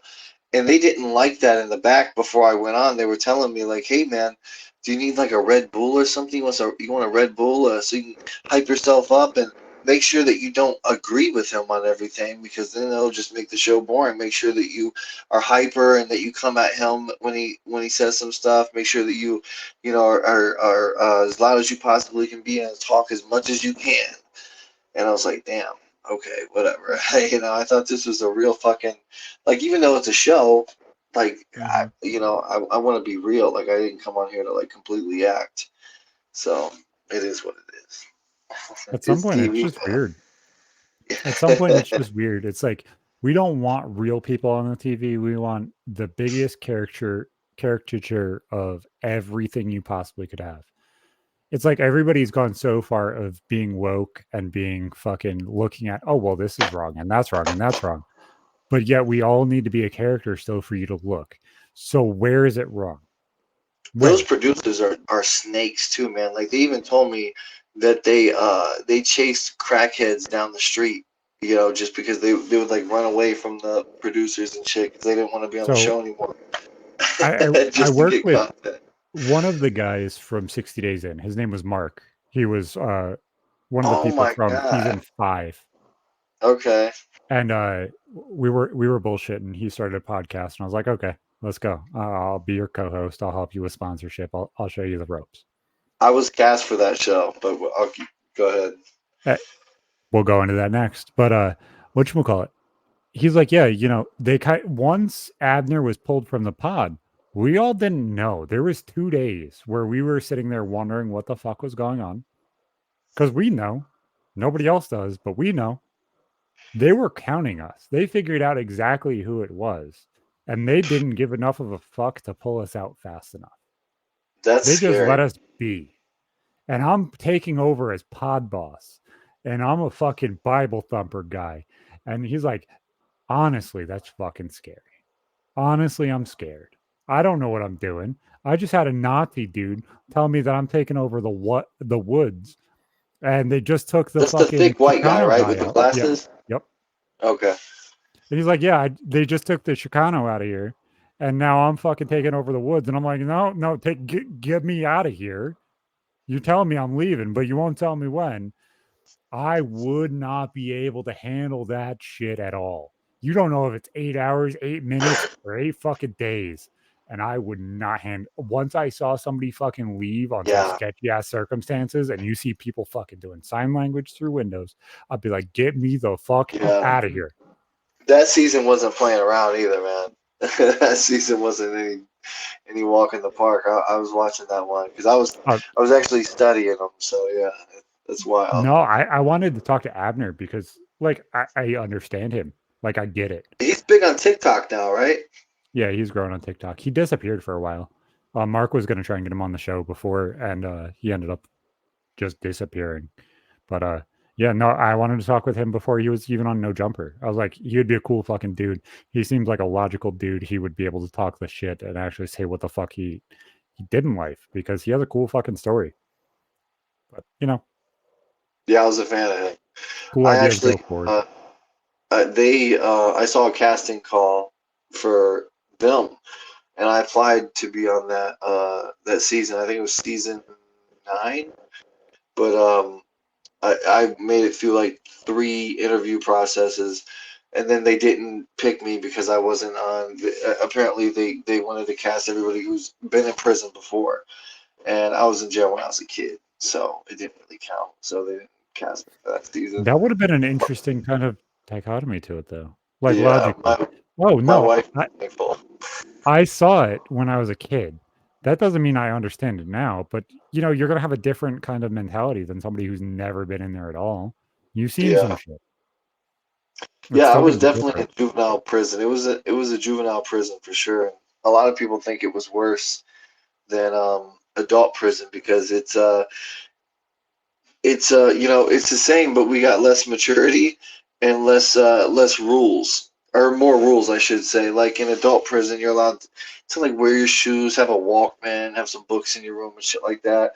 And juvie prison, we couldn't have like any books in our room. We couldn't wear our shoes. We couldn't have a walkie talkie or anything like that. We couldn't have a Walkman, I should say.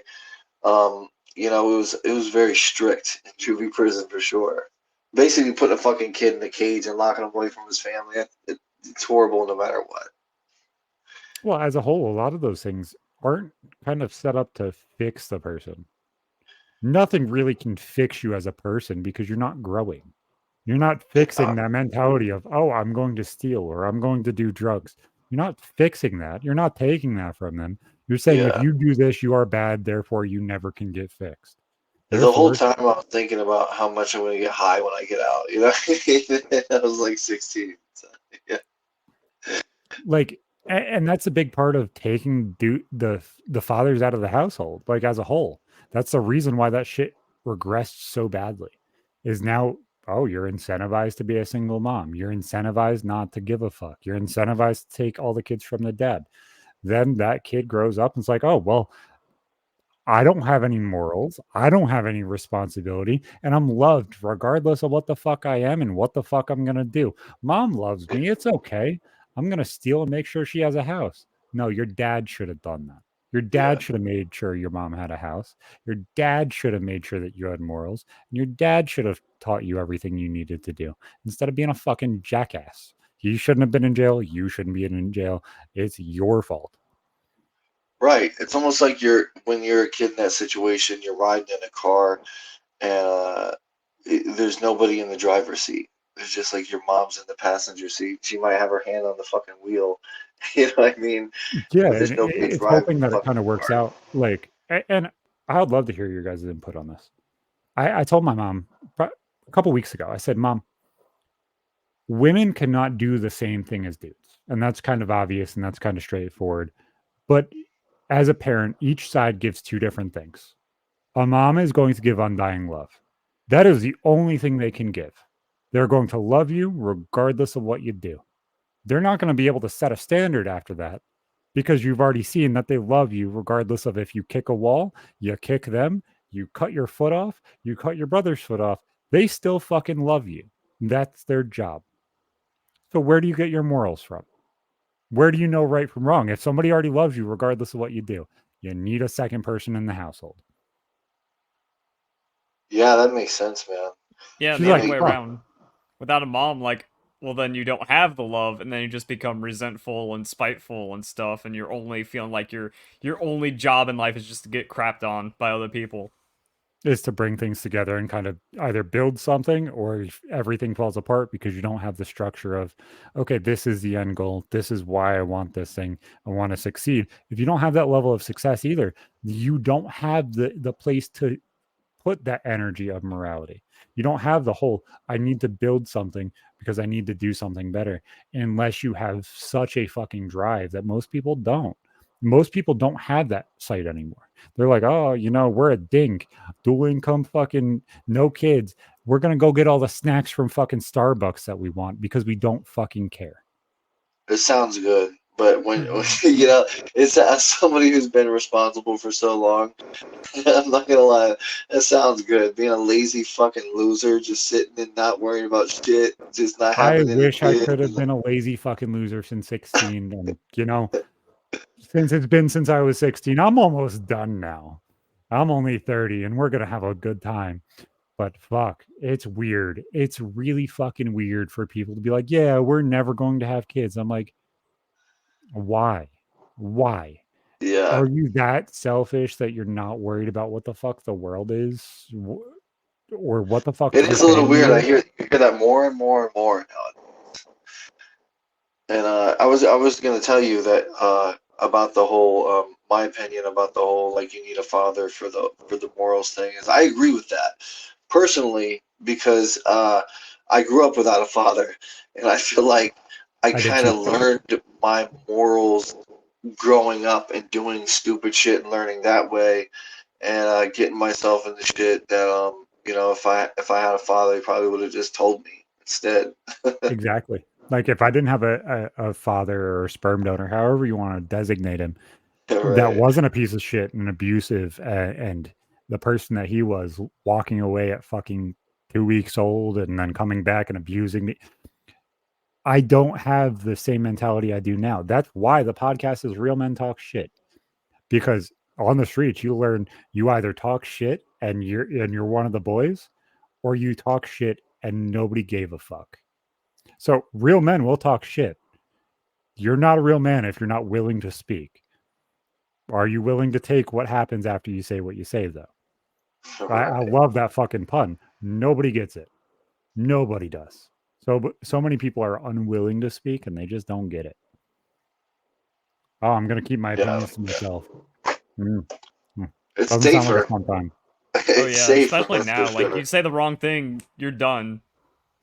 Oh, you're gonna cancel me? I'm gonna say the But same thing next week, and it'll be in front of more people because you said no. yeah, yeah, but safe is not always fucking fun. Yeah, I Well, mean, yeah, then you just become a loser that has to like make stuff up on the internet for attention because no uh, one cares about you. Since like, yeah, you're just the NPC that can't have a thought of their own because they gave yeah, up a all lot that of years ago. fence sitting. Speaking of boogie, Mm. fence sitting over here. Yeah, a lot of everybody's afraid to say shit. Like even me. Like sometimes my wife says some shit, and I'm like, babe, please don't ever say that on a fucking interview. Like, don't ever say that because she's in the limelight and shit recently, and yeah, so she's been doing a lot of interviews and preparing and stuff. So I'm trying to prepare her and she's kind of being like her PR a little bit. It's a weird place. You gotta either censor yourself to the level where everyone will accept you, or understand that there is no line then. The only Yeah, line is the one that is acceptable everywhere. That is the only answer then. Which one do you want to follow? Do you want acceptable for everyone, or the line that you cannot cross at all? I find the line that you cannot cross at all so much more fun and so much more available to yeah. speak. It's just some of these fucking people are just so hard on you. Like literally, like I could say the wrong thing once on a podcast, like call somebody a she instead of a they. And all of a sudden, I'm fucking the worst person in the world. And there's a million tweets like I should die slow and all this other fucking shit. It's like it's fucking crazy, man. It's terrifying sometimes. Like these guys go so hard, you know what I mean? And Just for people that they they have have more power than absolutely, you think. and they have absolutely no idea who the fuck's the attention they're trying to get. They just want somebody else to accept them. It's not even their personal opinion. They're just like, yes, you will want me to say that, so therefore I'm going to say it. I'm not even conscious anymore. I'm just going to follow. And it's like, no, Yeah. keep going. Keep going. It's not hard. Yeah, you said you got kids too. I'm scared what my kids are gonna grow up in, man. I'm hoping that they grow up smart. You know, I'm trying to put them on the right path through all this shit, but it's fucking hard As because stupid as it sounds, it seems like the more savage, the more vocal you make your kid, the more likely they are to be okay. Because if everybody's going to cry about everything, you want to make sure your kid's okay in that situation. And if they're going to be the one that's saying the thing, rather them say the thing than be the one that's hurt by it. yeah, yeah, I They may like be that. the asshole, but I'd rather them be the asshole than the person that just accepted That is being so bullied. fucking true. I'd rather them be the bully than the one that's being bullied. Like, you want to make them kind. Abso-fucking-lutely. Yeah, And I see kind and nice as two fucking different things because I am a New Yorker. yeah. If I see you pulled over on the side of the road, I'm going to pull over and fucking help you change your tire. But I'm going to tell you you're a fucking retard to your face. Right, it's a respect thing, right? I'm not gonna keep driving and be like, I'm sorry, I can't fucking help you. Like, I gotta go to Starbucks, like fucking Californians do. I'm just Yeah, not I was gonna gonna do say that. that's over here in Vegas.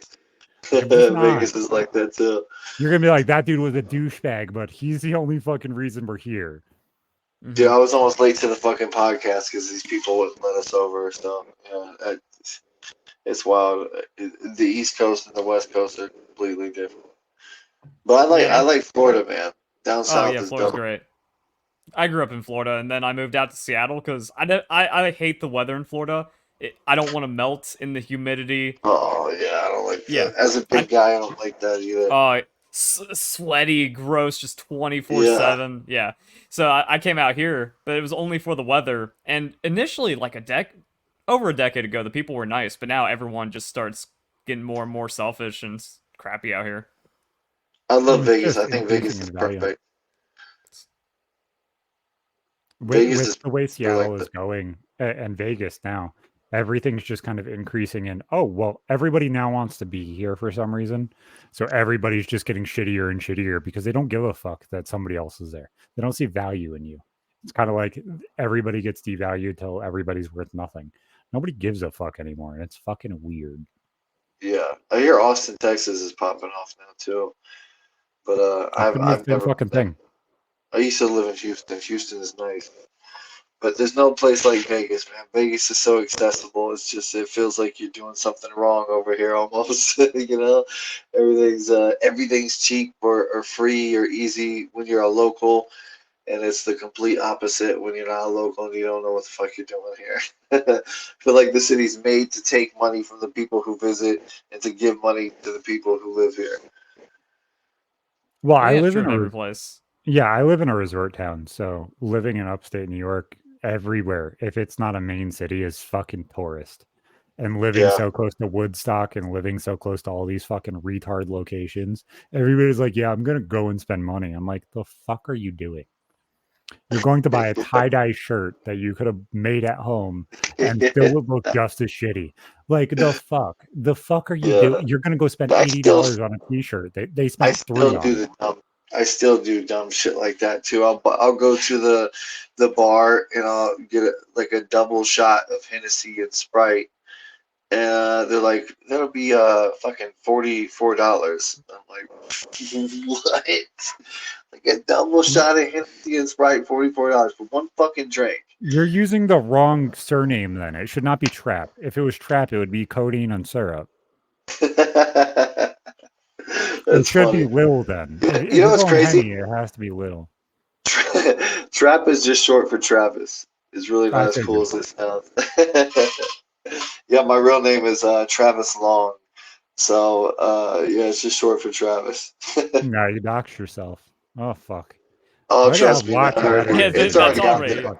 They already think that I changed my name to Trap Gambino and then escaped from Ohio because I was wanted there or some shit like that. And then I fled to Las Vegas since it's such an easy town to fucking hide in, apparently. You know what? And They now, figured it out, not the police. They're the yeah. ones smart enough to only piece that together. And did you know that if you register to vote, that your address is public? Yep. I did not know that. That's how I got doxxed on the internet. I registered to vote, and then this dude just pulled up at my house like a couple months later. And I There's was a like, box in some states that say make this private and only Washington, I think, available is to only legit. public. Yeah. So I dude, don't vote, which sucks. this was in Vegas, Hmm. and I don't know if there was a box or not, but I did not know that it made it. They didn't make me aware that it The made my other thing, fucking address the other public. That's thing the only is reason I don't vote. if you make your phone number available, it will give all information, not just your phone number as well. That is crazy. Yeah, That's that's how the people only search reason I don't addresses, vote. get names, and stuff like that. People say that I'm immature for not voting. I'm like, dude, I'm not No, letting my it's fucking safer. address out there, Yeah. dude. As a Like, semi-public figure, you just cannot, especially as things get more yeah, and more crazy these days. Or yeah. even He if you're just literally, a and he was random. like a gun freak too. So it was a weird situation.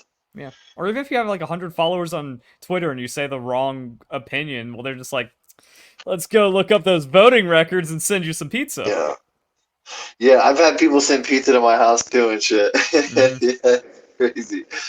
Yeah, If people you are send fucking pizza, I weird. promise you, I will walk out the door, I will grab the pizza, and that pizza man's getting the door closed in his face, and I'll say, see you later. It does not matter if you paid for it or not. I'm going to take it as you paid for it. I didn't call. That's on you. Right. Hey, that's true.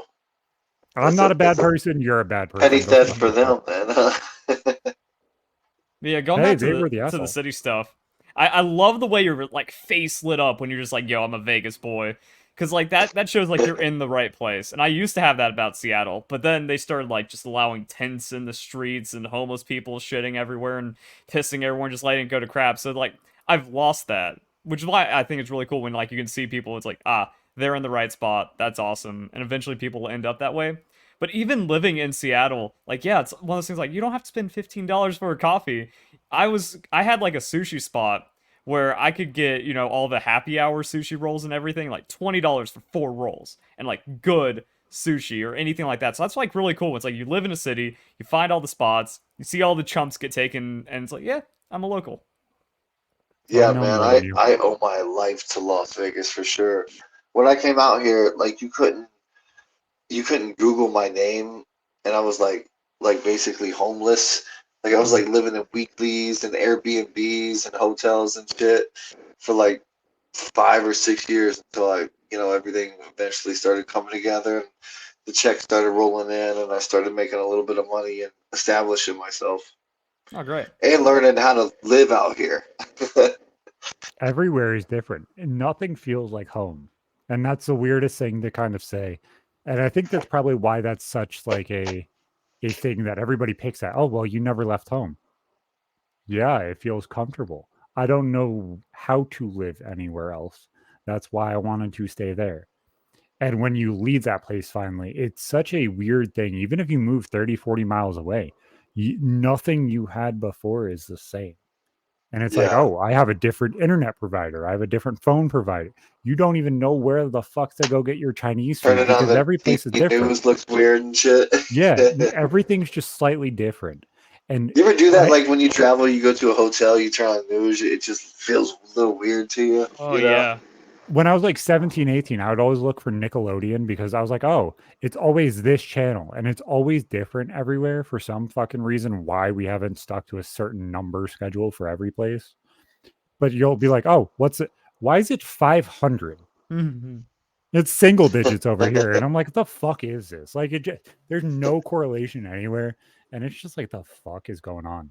Yeah, And growing up, a lot of road trips with my dad because we had family in Ohio, or we just like drive across the country for our summer vacation. And it's one of those things like you land in Kentucky and you watch the local news and you're just like, this is uncanny. I'm uncomfortable. Like, even going from like hotel to hotel, That some barn places blew up actually with make you meth. feel, yeah, and some hotels make you feel like welcomed and stuff. It's like, okay, I'm comfortable here. I'm on vacation. But then like you turn on TV and you're immediately like disassociated and you're like, whoa, that's some Yeah. weird stuff going on. It is weird. It's almost like you're breaking the simulation a little bit, right? Like Hmm. when me and my wife came out to Las Vegas, we literally left like on a whim with no family out here, no jobs lined up, and we had a title loan on our car with no air conditioning. We didn't know what the fuck we were doing, and we just started driving. And like every hotel that we went to, every stop that we went to, the further away that we got from home, the more impossible it was for somebody to come and like save us. The scarier it got, but the more free it felt. But it was fucking terrifying, man. It was free and terrifying at the same time. Obviously, you weren't running from prison, because that's kind of obvious that most people don't run from prison. You're not at the same level of my great grandfather who was running with the mob. But I guess you're a Gambino. It's possible. But what were you trying to get away from? Was it just life was too similar? You weren't okay? Was it trauma? Like, I just knew, like, this sounds weird, but I was always watching, like, Mayweather and, it just like felt these like the people place? on TV and shit, and I was like, man, I need to be there. I feel like I belong there. I feel like I'm a superstar. Like, what the fuck am I doing in Worcester, Ohio, in a fucking one-bedroom apartment that nobody's gonna know where I'm at. Nobody knows who I am. I just felt like I needed to leave and be with those people. And then the next thing you know, I'm hitting the bag beside Floyd Mayweather during the Conor McGregor fight. Great mental. I love that. The craziest thing ever. And yeah, I really started doing this all just to lose weight, and then the motivation just kept growing and growing. It's so weird to hear those levels of success stories of, oh, I went from fucking homeless to standing next to Mayweather, fighting with him, and kind of being in the same fucking room. And that's, people say my story is unbelievable. That is unfucking believable It doesn't logically. make sense. It doesn't make sense, man. That's why I still have imposter syndrome, because I completely understand, I like, still feel like it. thoroughly. You know, I'm walking around this fucking neighborhood, and I feel like I don't belong in the neighborhood that I'm in right now. I'm in a It's like gated I should be community. back in the hood. Go put me Yeah, the back in the first hood. time I'm That's where ever the in my fuck I life. need to be. Like, Hmm. I need to be in the rundown house that Like, dude, fucking I somehow don't has a even driveway drive. I now. don't even know how to drive. I'm 33 years old. I've never had a license in my life. Same. I've been in. I grew up in jail, and then I had kids, and then Not I same. just was too much of a pussy to learn how to drive, and then I just didn't have a job, so I never got a car and shit like that. So I just, and I like I'm in this nice condo and shit like that. I don't even have a fucking car, so I'm learning all this shit. It's so new to me, and I And feel like I'm it's gonna have just, imposter syndrome for a while now. and the interesting part about that is it is completely your mentality. Either you will have imposter syndrome and you're like, I don't fucking deserve any of this, or you will have it click and be like, I'm here because I know that I actually am capable. Yeah. And there will be a day where it will be okay and it'll click. And once it happens, it won't fucking go away. It's just, it's really fucking hard to get there because one person has to value you at the level that is above what you currently are, but not so crazy high above where you currently are that you don't believe it. It has to be a Yeah, believable thing that they're like, yeah, this guy, this one, they have to bet on you. And the yeah, second they bet on you, you'll be like, "Oh fuck, what the hell just happened?" And they'll yeah. be Let's like, see how far we can take it, "Enough." right? You know what really gets to me is I was telling somebody like when you're nervous and you're afraid that you're gonna perform like somebody you're not, it makes you perform like somebody that you're not. So it's almost like because you were nervous and you were afraid to be that person, you're becoming that person. So you might as well just say fuck it, just go, be yourself as much as you can, because that nervous you isn't the real you. And go hard or go home. And I'm I feel trying so weird hard to learn that. because when my life is chaos, when everything is wrong. Like everything should not fucking be okay. I turn on this camera and not a single fucking person will be able to tell I am more eloquent when life is chaos. I am more here when life is chaos. I will hit a fucking home run every single time when life is chaos. You give me an easy fucking day, I will be half the fuck asleep. I will not give a fuck. I don't fucking care. And it's not because I don't care about the thing, because I care about the thing. It's just, it is not hard enough. It's not fucking hard enough for me to do this without chaos. And watching my girlfriend watch me get excited when I was like, oh, fuck it. I'm going to reach out to him. I'm going to get him on this fucking show because I want to see it. She's like, fucking do it. You won't be able to fucking do this. And I love when people tell me that. She's like, I know you're going to do it, but you won't fucking do it. So I was like, give me 5 minutes. You send me a message back in 5 minutes of here's my Discord. I just set it up. I'm like, yeah, already done. I told him, I was like, stay. I was with Hot Load Zach. I was not on the phone with my wife. He was trying to help me get this all squared away so that way it was acceptable. I was like, just verify. You got this. Like, I got you. No worries. I was like, even if they bring me on, I don't give a fuck. It'll be fun to just shit around with some people I know. But it's like, it is what it is. At some point, life is going to be chaos, and you either have to thrive in it or you have to absolutely just hope that it fucking works.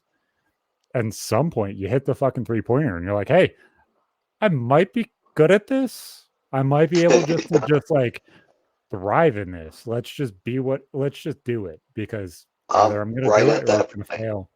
Yeah, that's definitely what Yeah. separates a lot of people. Like you have to make the leap and just have enough trust in yourself to get it done, and everything usually works out pretty well. And if you fail, at least try to also plan a contingency or two in there, and then you achieve heights that no one on Twitter wants to achieve because they'd rather just be like miserable.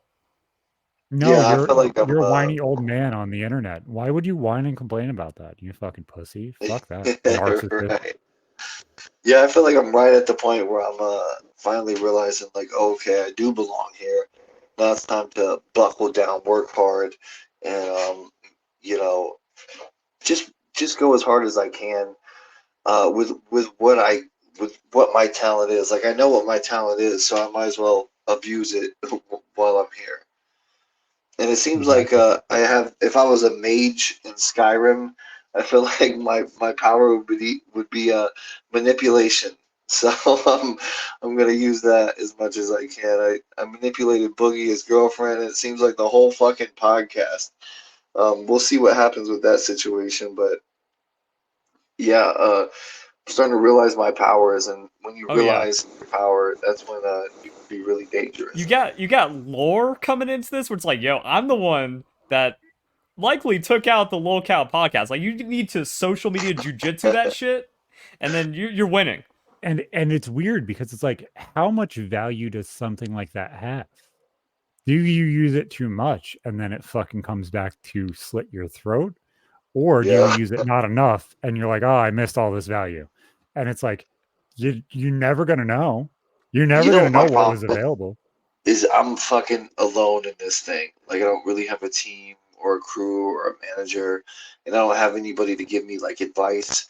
So sometimes I'll fumble the fucking bag, and I feel like I did that with the whole Desi situation, or maybe not because it did lead Mm-hmm. to a breakup, maybe. But yeah, I feel like a lot of these guys have like advisors and shit like that. Or if not, they got some fucking fans that can be like, "Hey, chat, what should I do? This and that." I don't have anything like that. You know, I got some kids that I got to take care of, and that's about Yeah, it. I I'm don't. pretty alone in all this. Yeah, I don't have a filter. I don't have any PR. I have fumbled every fucking bag. Somehow, wait, how do I point? Yeah, somehow that retard over there is the one that's like setting me up more after I over a got you, decade of doing homie. this. I got Yeah, after over a decade of fumbling this YouTube shit, that dude is the one that's like, this oh fucking wait, no, no, retard. no. Yeah. Dude, I Retard thought that I used to be fucked a up fan just of by not getting everybody. my mic on. Like they were so mad at me for fucking up my mic, and I don't even know if this shit's working. Like I don't even know. Am I talking into this mic or this mic? Not well. I Whatever mean, that one mic. didn't get louder, so I'm Yeah, guessing that no, one. it's the one I'm that's next definitely to it. not talking into this one. No, you're definitely using a headphone mic. Yeah, yeah, man. I'll figure this shit out Exactly. Like as a for whole, sure. there are so many different ways you could go about things. You could just fucking push creators' fucking girlfriends, and it'd be hilarious. Just reach out to all of them and see which ones are fucking hoes. I wish I could tell you what the fuck else I got planned, but I can't, man. I can DM you as long as Yeah, we can yeah. keep it between us. But Oh, man, absolutely. it's No, I'm gonna do fucking exactly what juicy. you did and leak all of the DMs of everything. And always Yeah. cancel. Just show all of the details. Don't do that, man. You murdered your fucking wife. Exactly. Oh man, I'm never gonna get a fight. Fuck. Good thing because I have Yeah, fucked up neck. I don't think that's gonna dude. work. I'm gonna tell you right now, it's gonna take some money to do what I got planned to do. But if I can fucking pull it off, it will be fucking so epic and genius. And it's not crossing any lines. It's just hitting the fucking line. But it's not crossing any lines, but it's to the point where, dude, if the trolls don't think this one's funny, if they don't think I'm a hero for this, they can go fuck themselves. Because this is gonna take money, this is gonna take time, it's gonna take travel. I I can't would say That's tell you phase anymore. this. two. Can't say Yeah. anymore. Yeah, I that's would tell phase you this. two. It doesn't matter if the trolls accept it. It doesn't matter who accepts it. As long as one does, it's valuable. Yeah, We're two shit talkers online. You know how many yeah, times I've gotten the message of your story showed that I wasn't alone. Regardless of if they were trolls or not. Do you know how valuable feeling like that is? If you're a yeah, troll, you made me feel good. You did the wrong thing, you fucking retard. Or if you were genuine, you know how much that fucking means? That's all I wanted as a fucking 16, 17, 18-year-old dad of somebody that just told me, hey, you got this. Just stand up and keep going. I didn't have that. I looked at fucking Woody's gamer tag, watched Mail Monday every single fucking week, and hoped that I was able to put the pieces together after I was a 16-year-old dad. Like, as a whole, you figure it out at some point. And being that apart for anybody is fucking weird. So yeah. even if you're trolling people, it's a light for somebody. It makes somebody Yeah. giggle, and it might be the reason that they keep going. And I'm hoping they see. I'm hoping they see the real. The real destination behind all this. The real reason I'm doing everything. The real motivation behind all this, I should say. And it's all positive, really. Like, all in all, I'm really trying to inspire people to lose weight and to follow their dreams. I know that sounds corny as fuck, but that really is the goal, and to develop a fan base because I want to be loved, and it'd be nice to be loved, and I've never been loved my whole fucking life, so it'd be nice to find a fan base that likes me and like them back, and develop a community, and that's really what I'm here for. Absolutely. Like that's exactly why I felt like I needed to have a kid at 15 was like, oh, I didn't feel like everything was okay. I didn't feel like everything was the way I needed it to be. I wanted somebody who was going to love me without question Yeah, and is going to rely on me. I needed the pressure. I needed to know that it was going to be okay. It's weird that that came from a kid. It's weird that at 15 years old, I'm that's like, that's beautiful, the man. answer. But it That's was. beautiful. Even as fucked up as my life has been, because I've rode a very, very similar road to you, whether that's homelessness, having a fucked up neck to the point where I have to sue a fucking store in order to get workers' comp and make sure I'm okay, through now being a producer of a top 200 podcast, top 3% on Twitch last year. Every single step is in the right direction, regardless of what the fuck comes next. I've lived a life most people could not. They would have killed themselves over and over and over again. And I've seen that comment so many fucking times. At some point, you defeat that, you beat that. And those people, those choices that I made, whether it was my kids, whether it was this situation or that situation, every single one of them led me to where I am today. And I would not change a single fucking one. You just have to kind of, once you make a decision, it's your fucking decision. You already made it. Why the fuck are you going to regret it? Yeah, there's Why live with a no regret? go back like a video game, unfortunately. Although I wish there No, was. life seems so cyclical that once Oh, you make a dude. decision, if it's not the right one, you'll get slapped in the face with it at least 2 or 3 times. Make the fucking right choice at some point. Yeah, absolutely. Which is weird because most people are like, oh yeah, life is just predetermined. It might be. You might have set decisions you were supposed to make.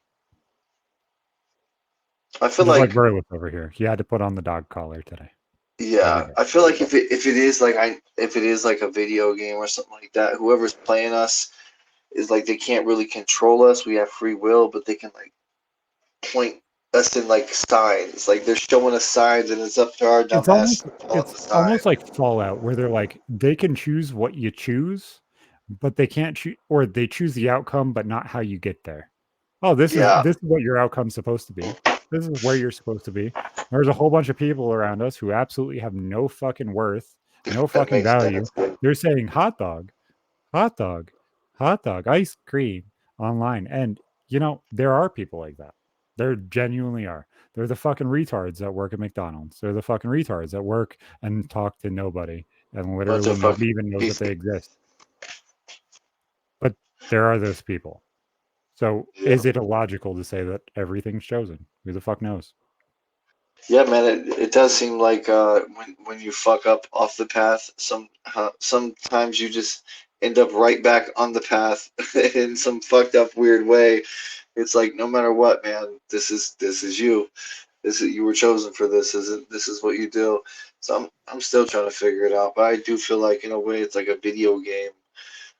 There's something about this fucking life that is not what we think it is, and I feel like reality can be manipulated because I don't think it's a coincidence that I did all these things that I said I was gonna do, and like it's almost fucking impossible. Like even before my cousin passed, we was really big wrestling fans, and I remember being a kid with him and telling him one day I'm gonna be working with Stone Cold and Triple H and all these people, and then I end up on a fucking actual TV show with Stone Cold Steve Austin, and he used to make fun of me, like telling me I was gonna end up on Dr. Phil. Then the next thing you know, I'm on the Dr. Phil show, and it's just the weirdest shit ever, man. And the whole No, MMA thing, and the being on the Tito Ortiz Rampage Jackson show with Frank Mir and shit like that. Like and it's all weird.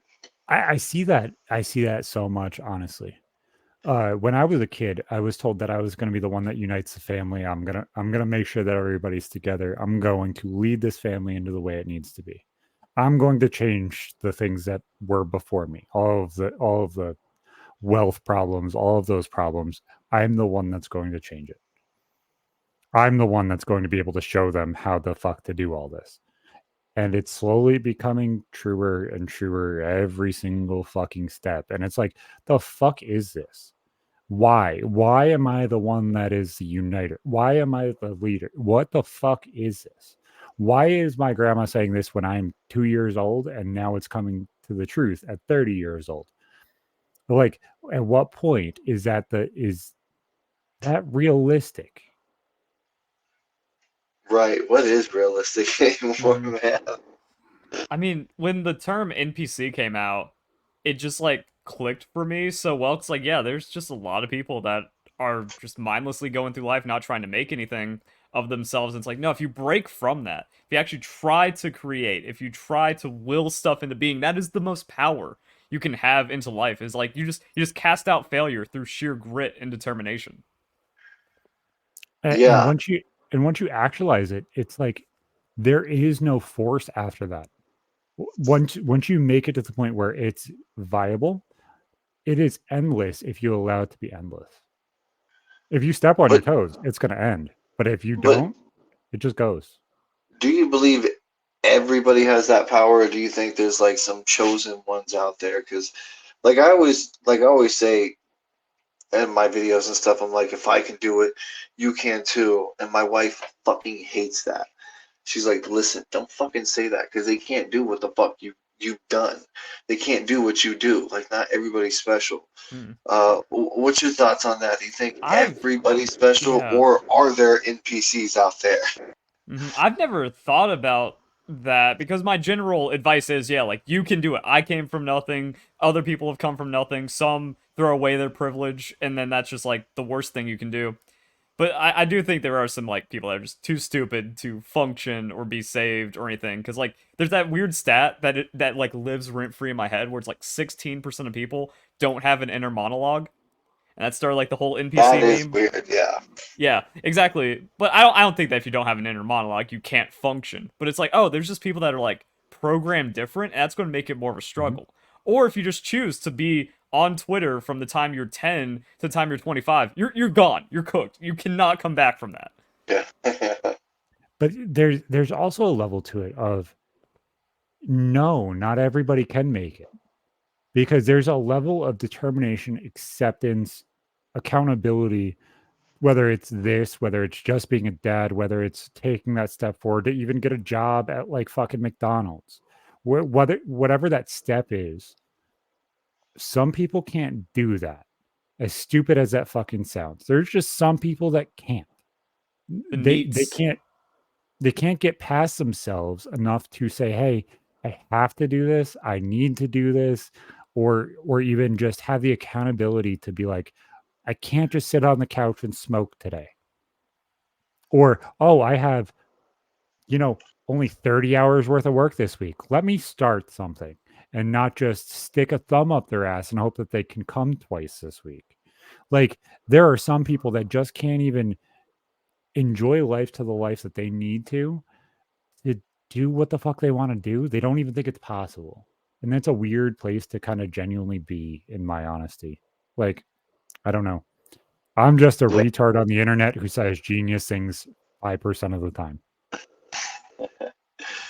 Yeah, there's a lot of floaters, man. They're just floating through life, and I'm fine with that because I feel like it makes more room for people like us. You Mm. know what I mean?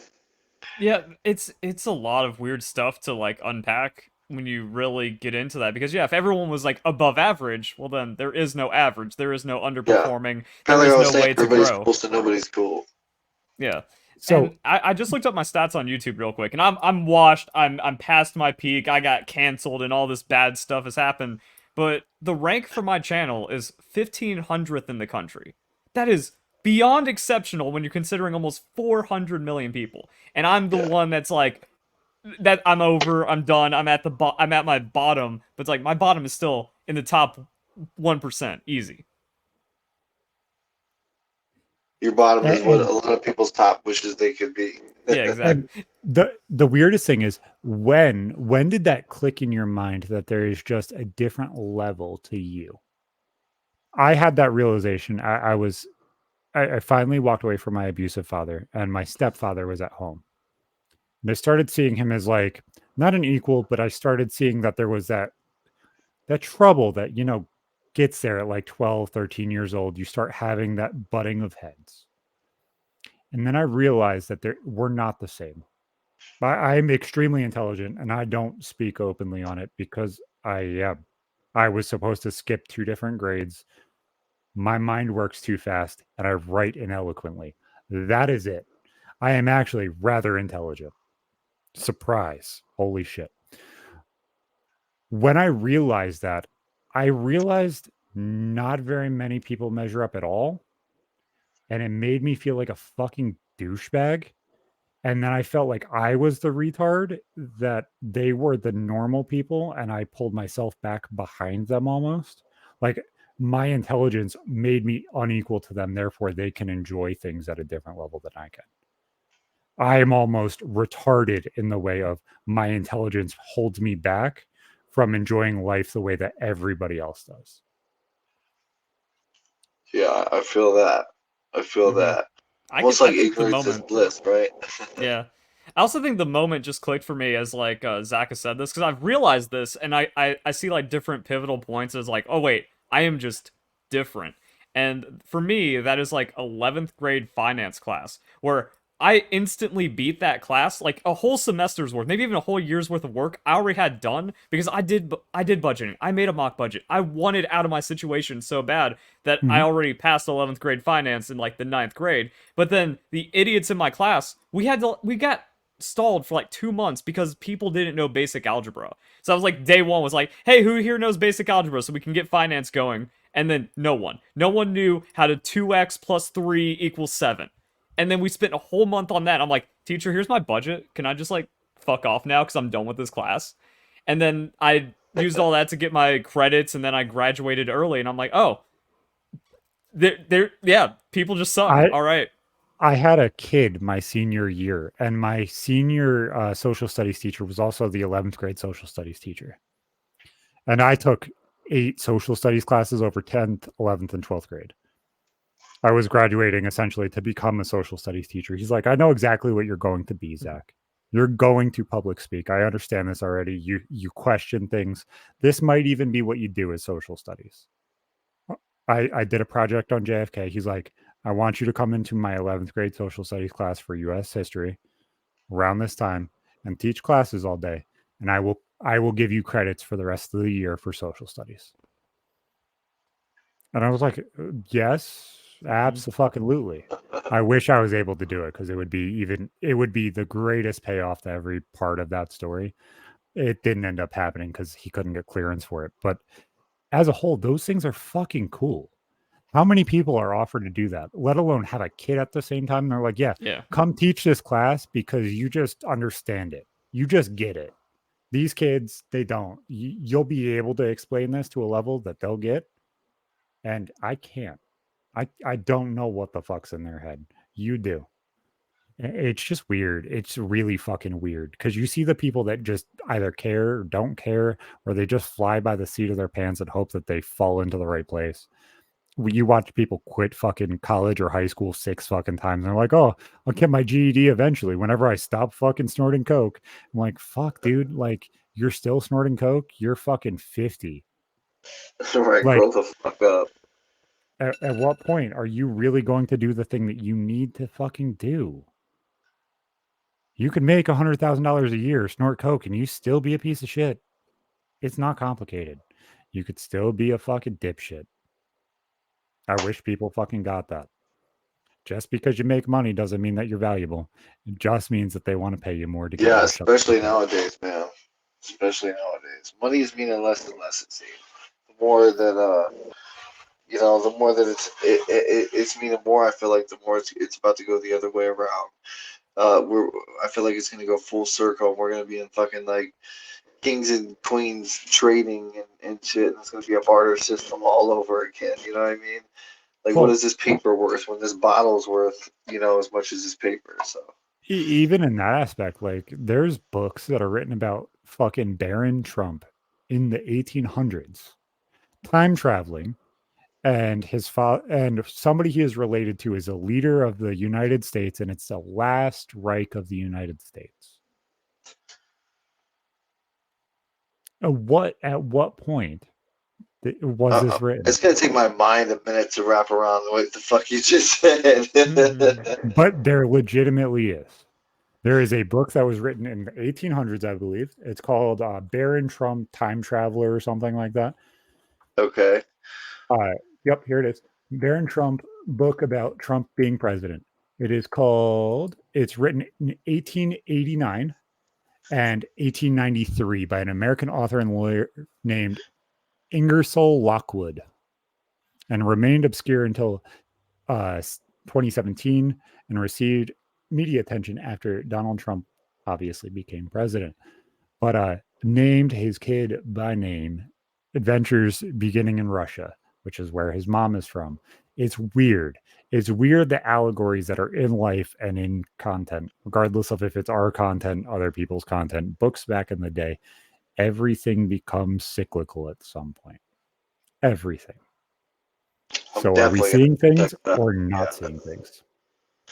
Yeah, we're in some kind of fucking simulation. Something, man. That's for sure. Something's going on. I don't know. I saw it the other day. Somebody posted the fact that, did you know Zootopia isn't even named Zootopia on Disney Plus anymore? It's Zootropolis. Let me guess. I remember it. Or some shit like that. I've literally, legitimately remember seeing commercials for Zootopia. Everywhere else other than the United States had Zootopia as well. Now it's called Zootopolis. That's got to be a fucking lie. Than the US. My wife is deep into conspiracy theories, and one of her biggest ones is the whole CERN Mandela effect. CERN collider, Mandela effect, conspiracy theory. Yeah, I feel like I knew something was kind of weird with this world when I was a kid, and like everywhere I go, I felt like Here you go, brother. That's a Photoshop, 100%. It's on Amazon. that looks weird.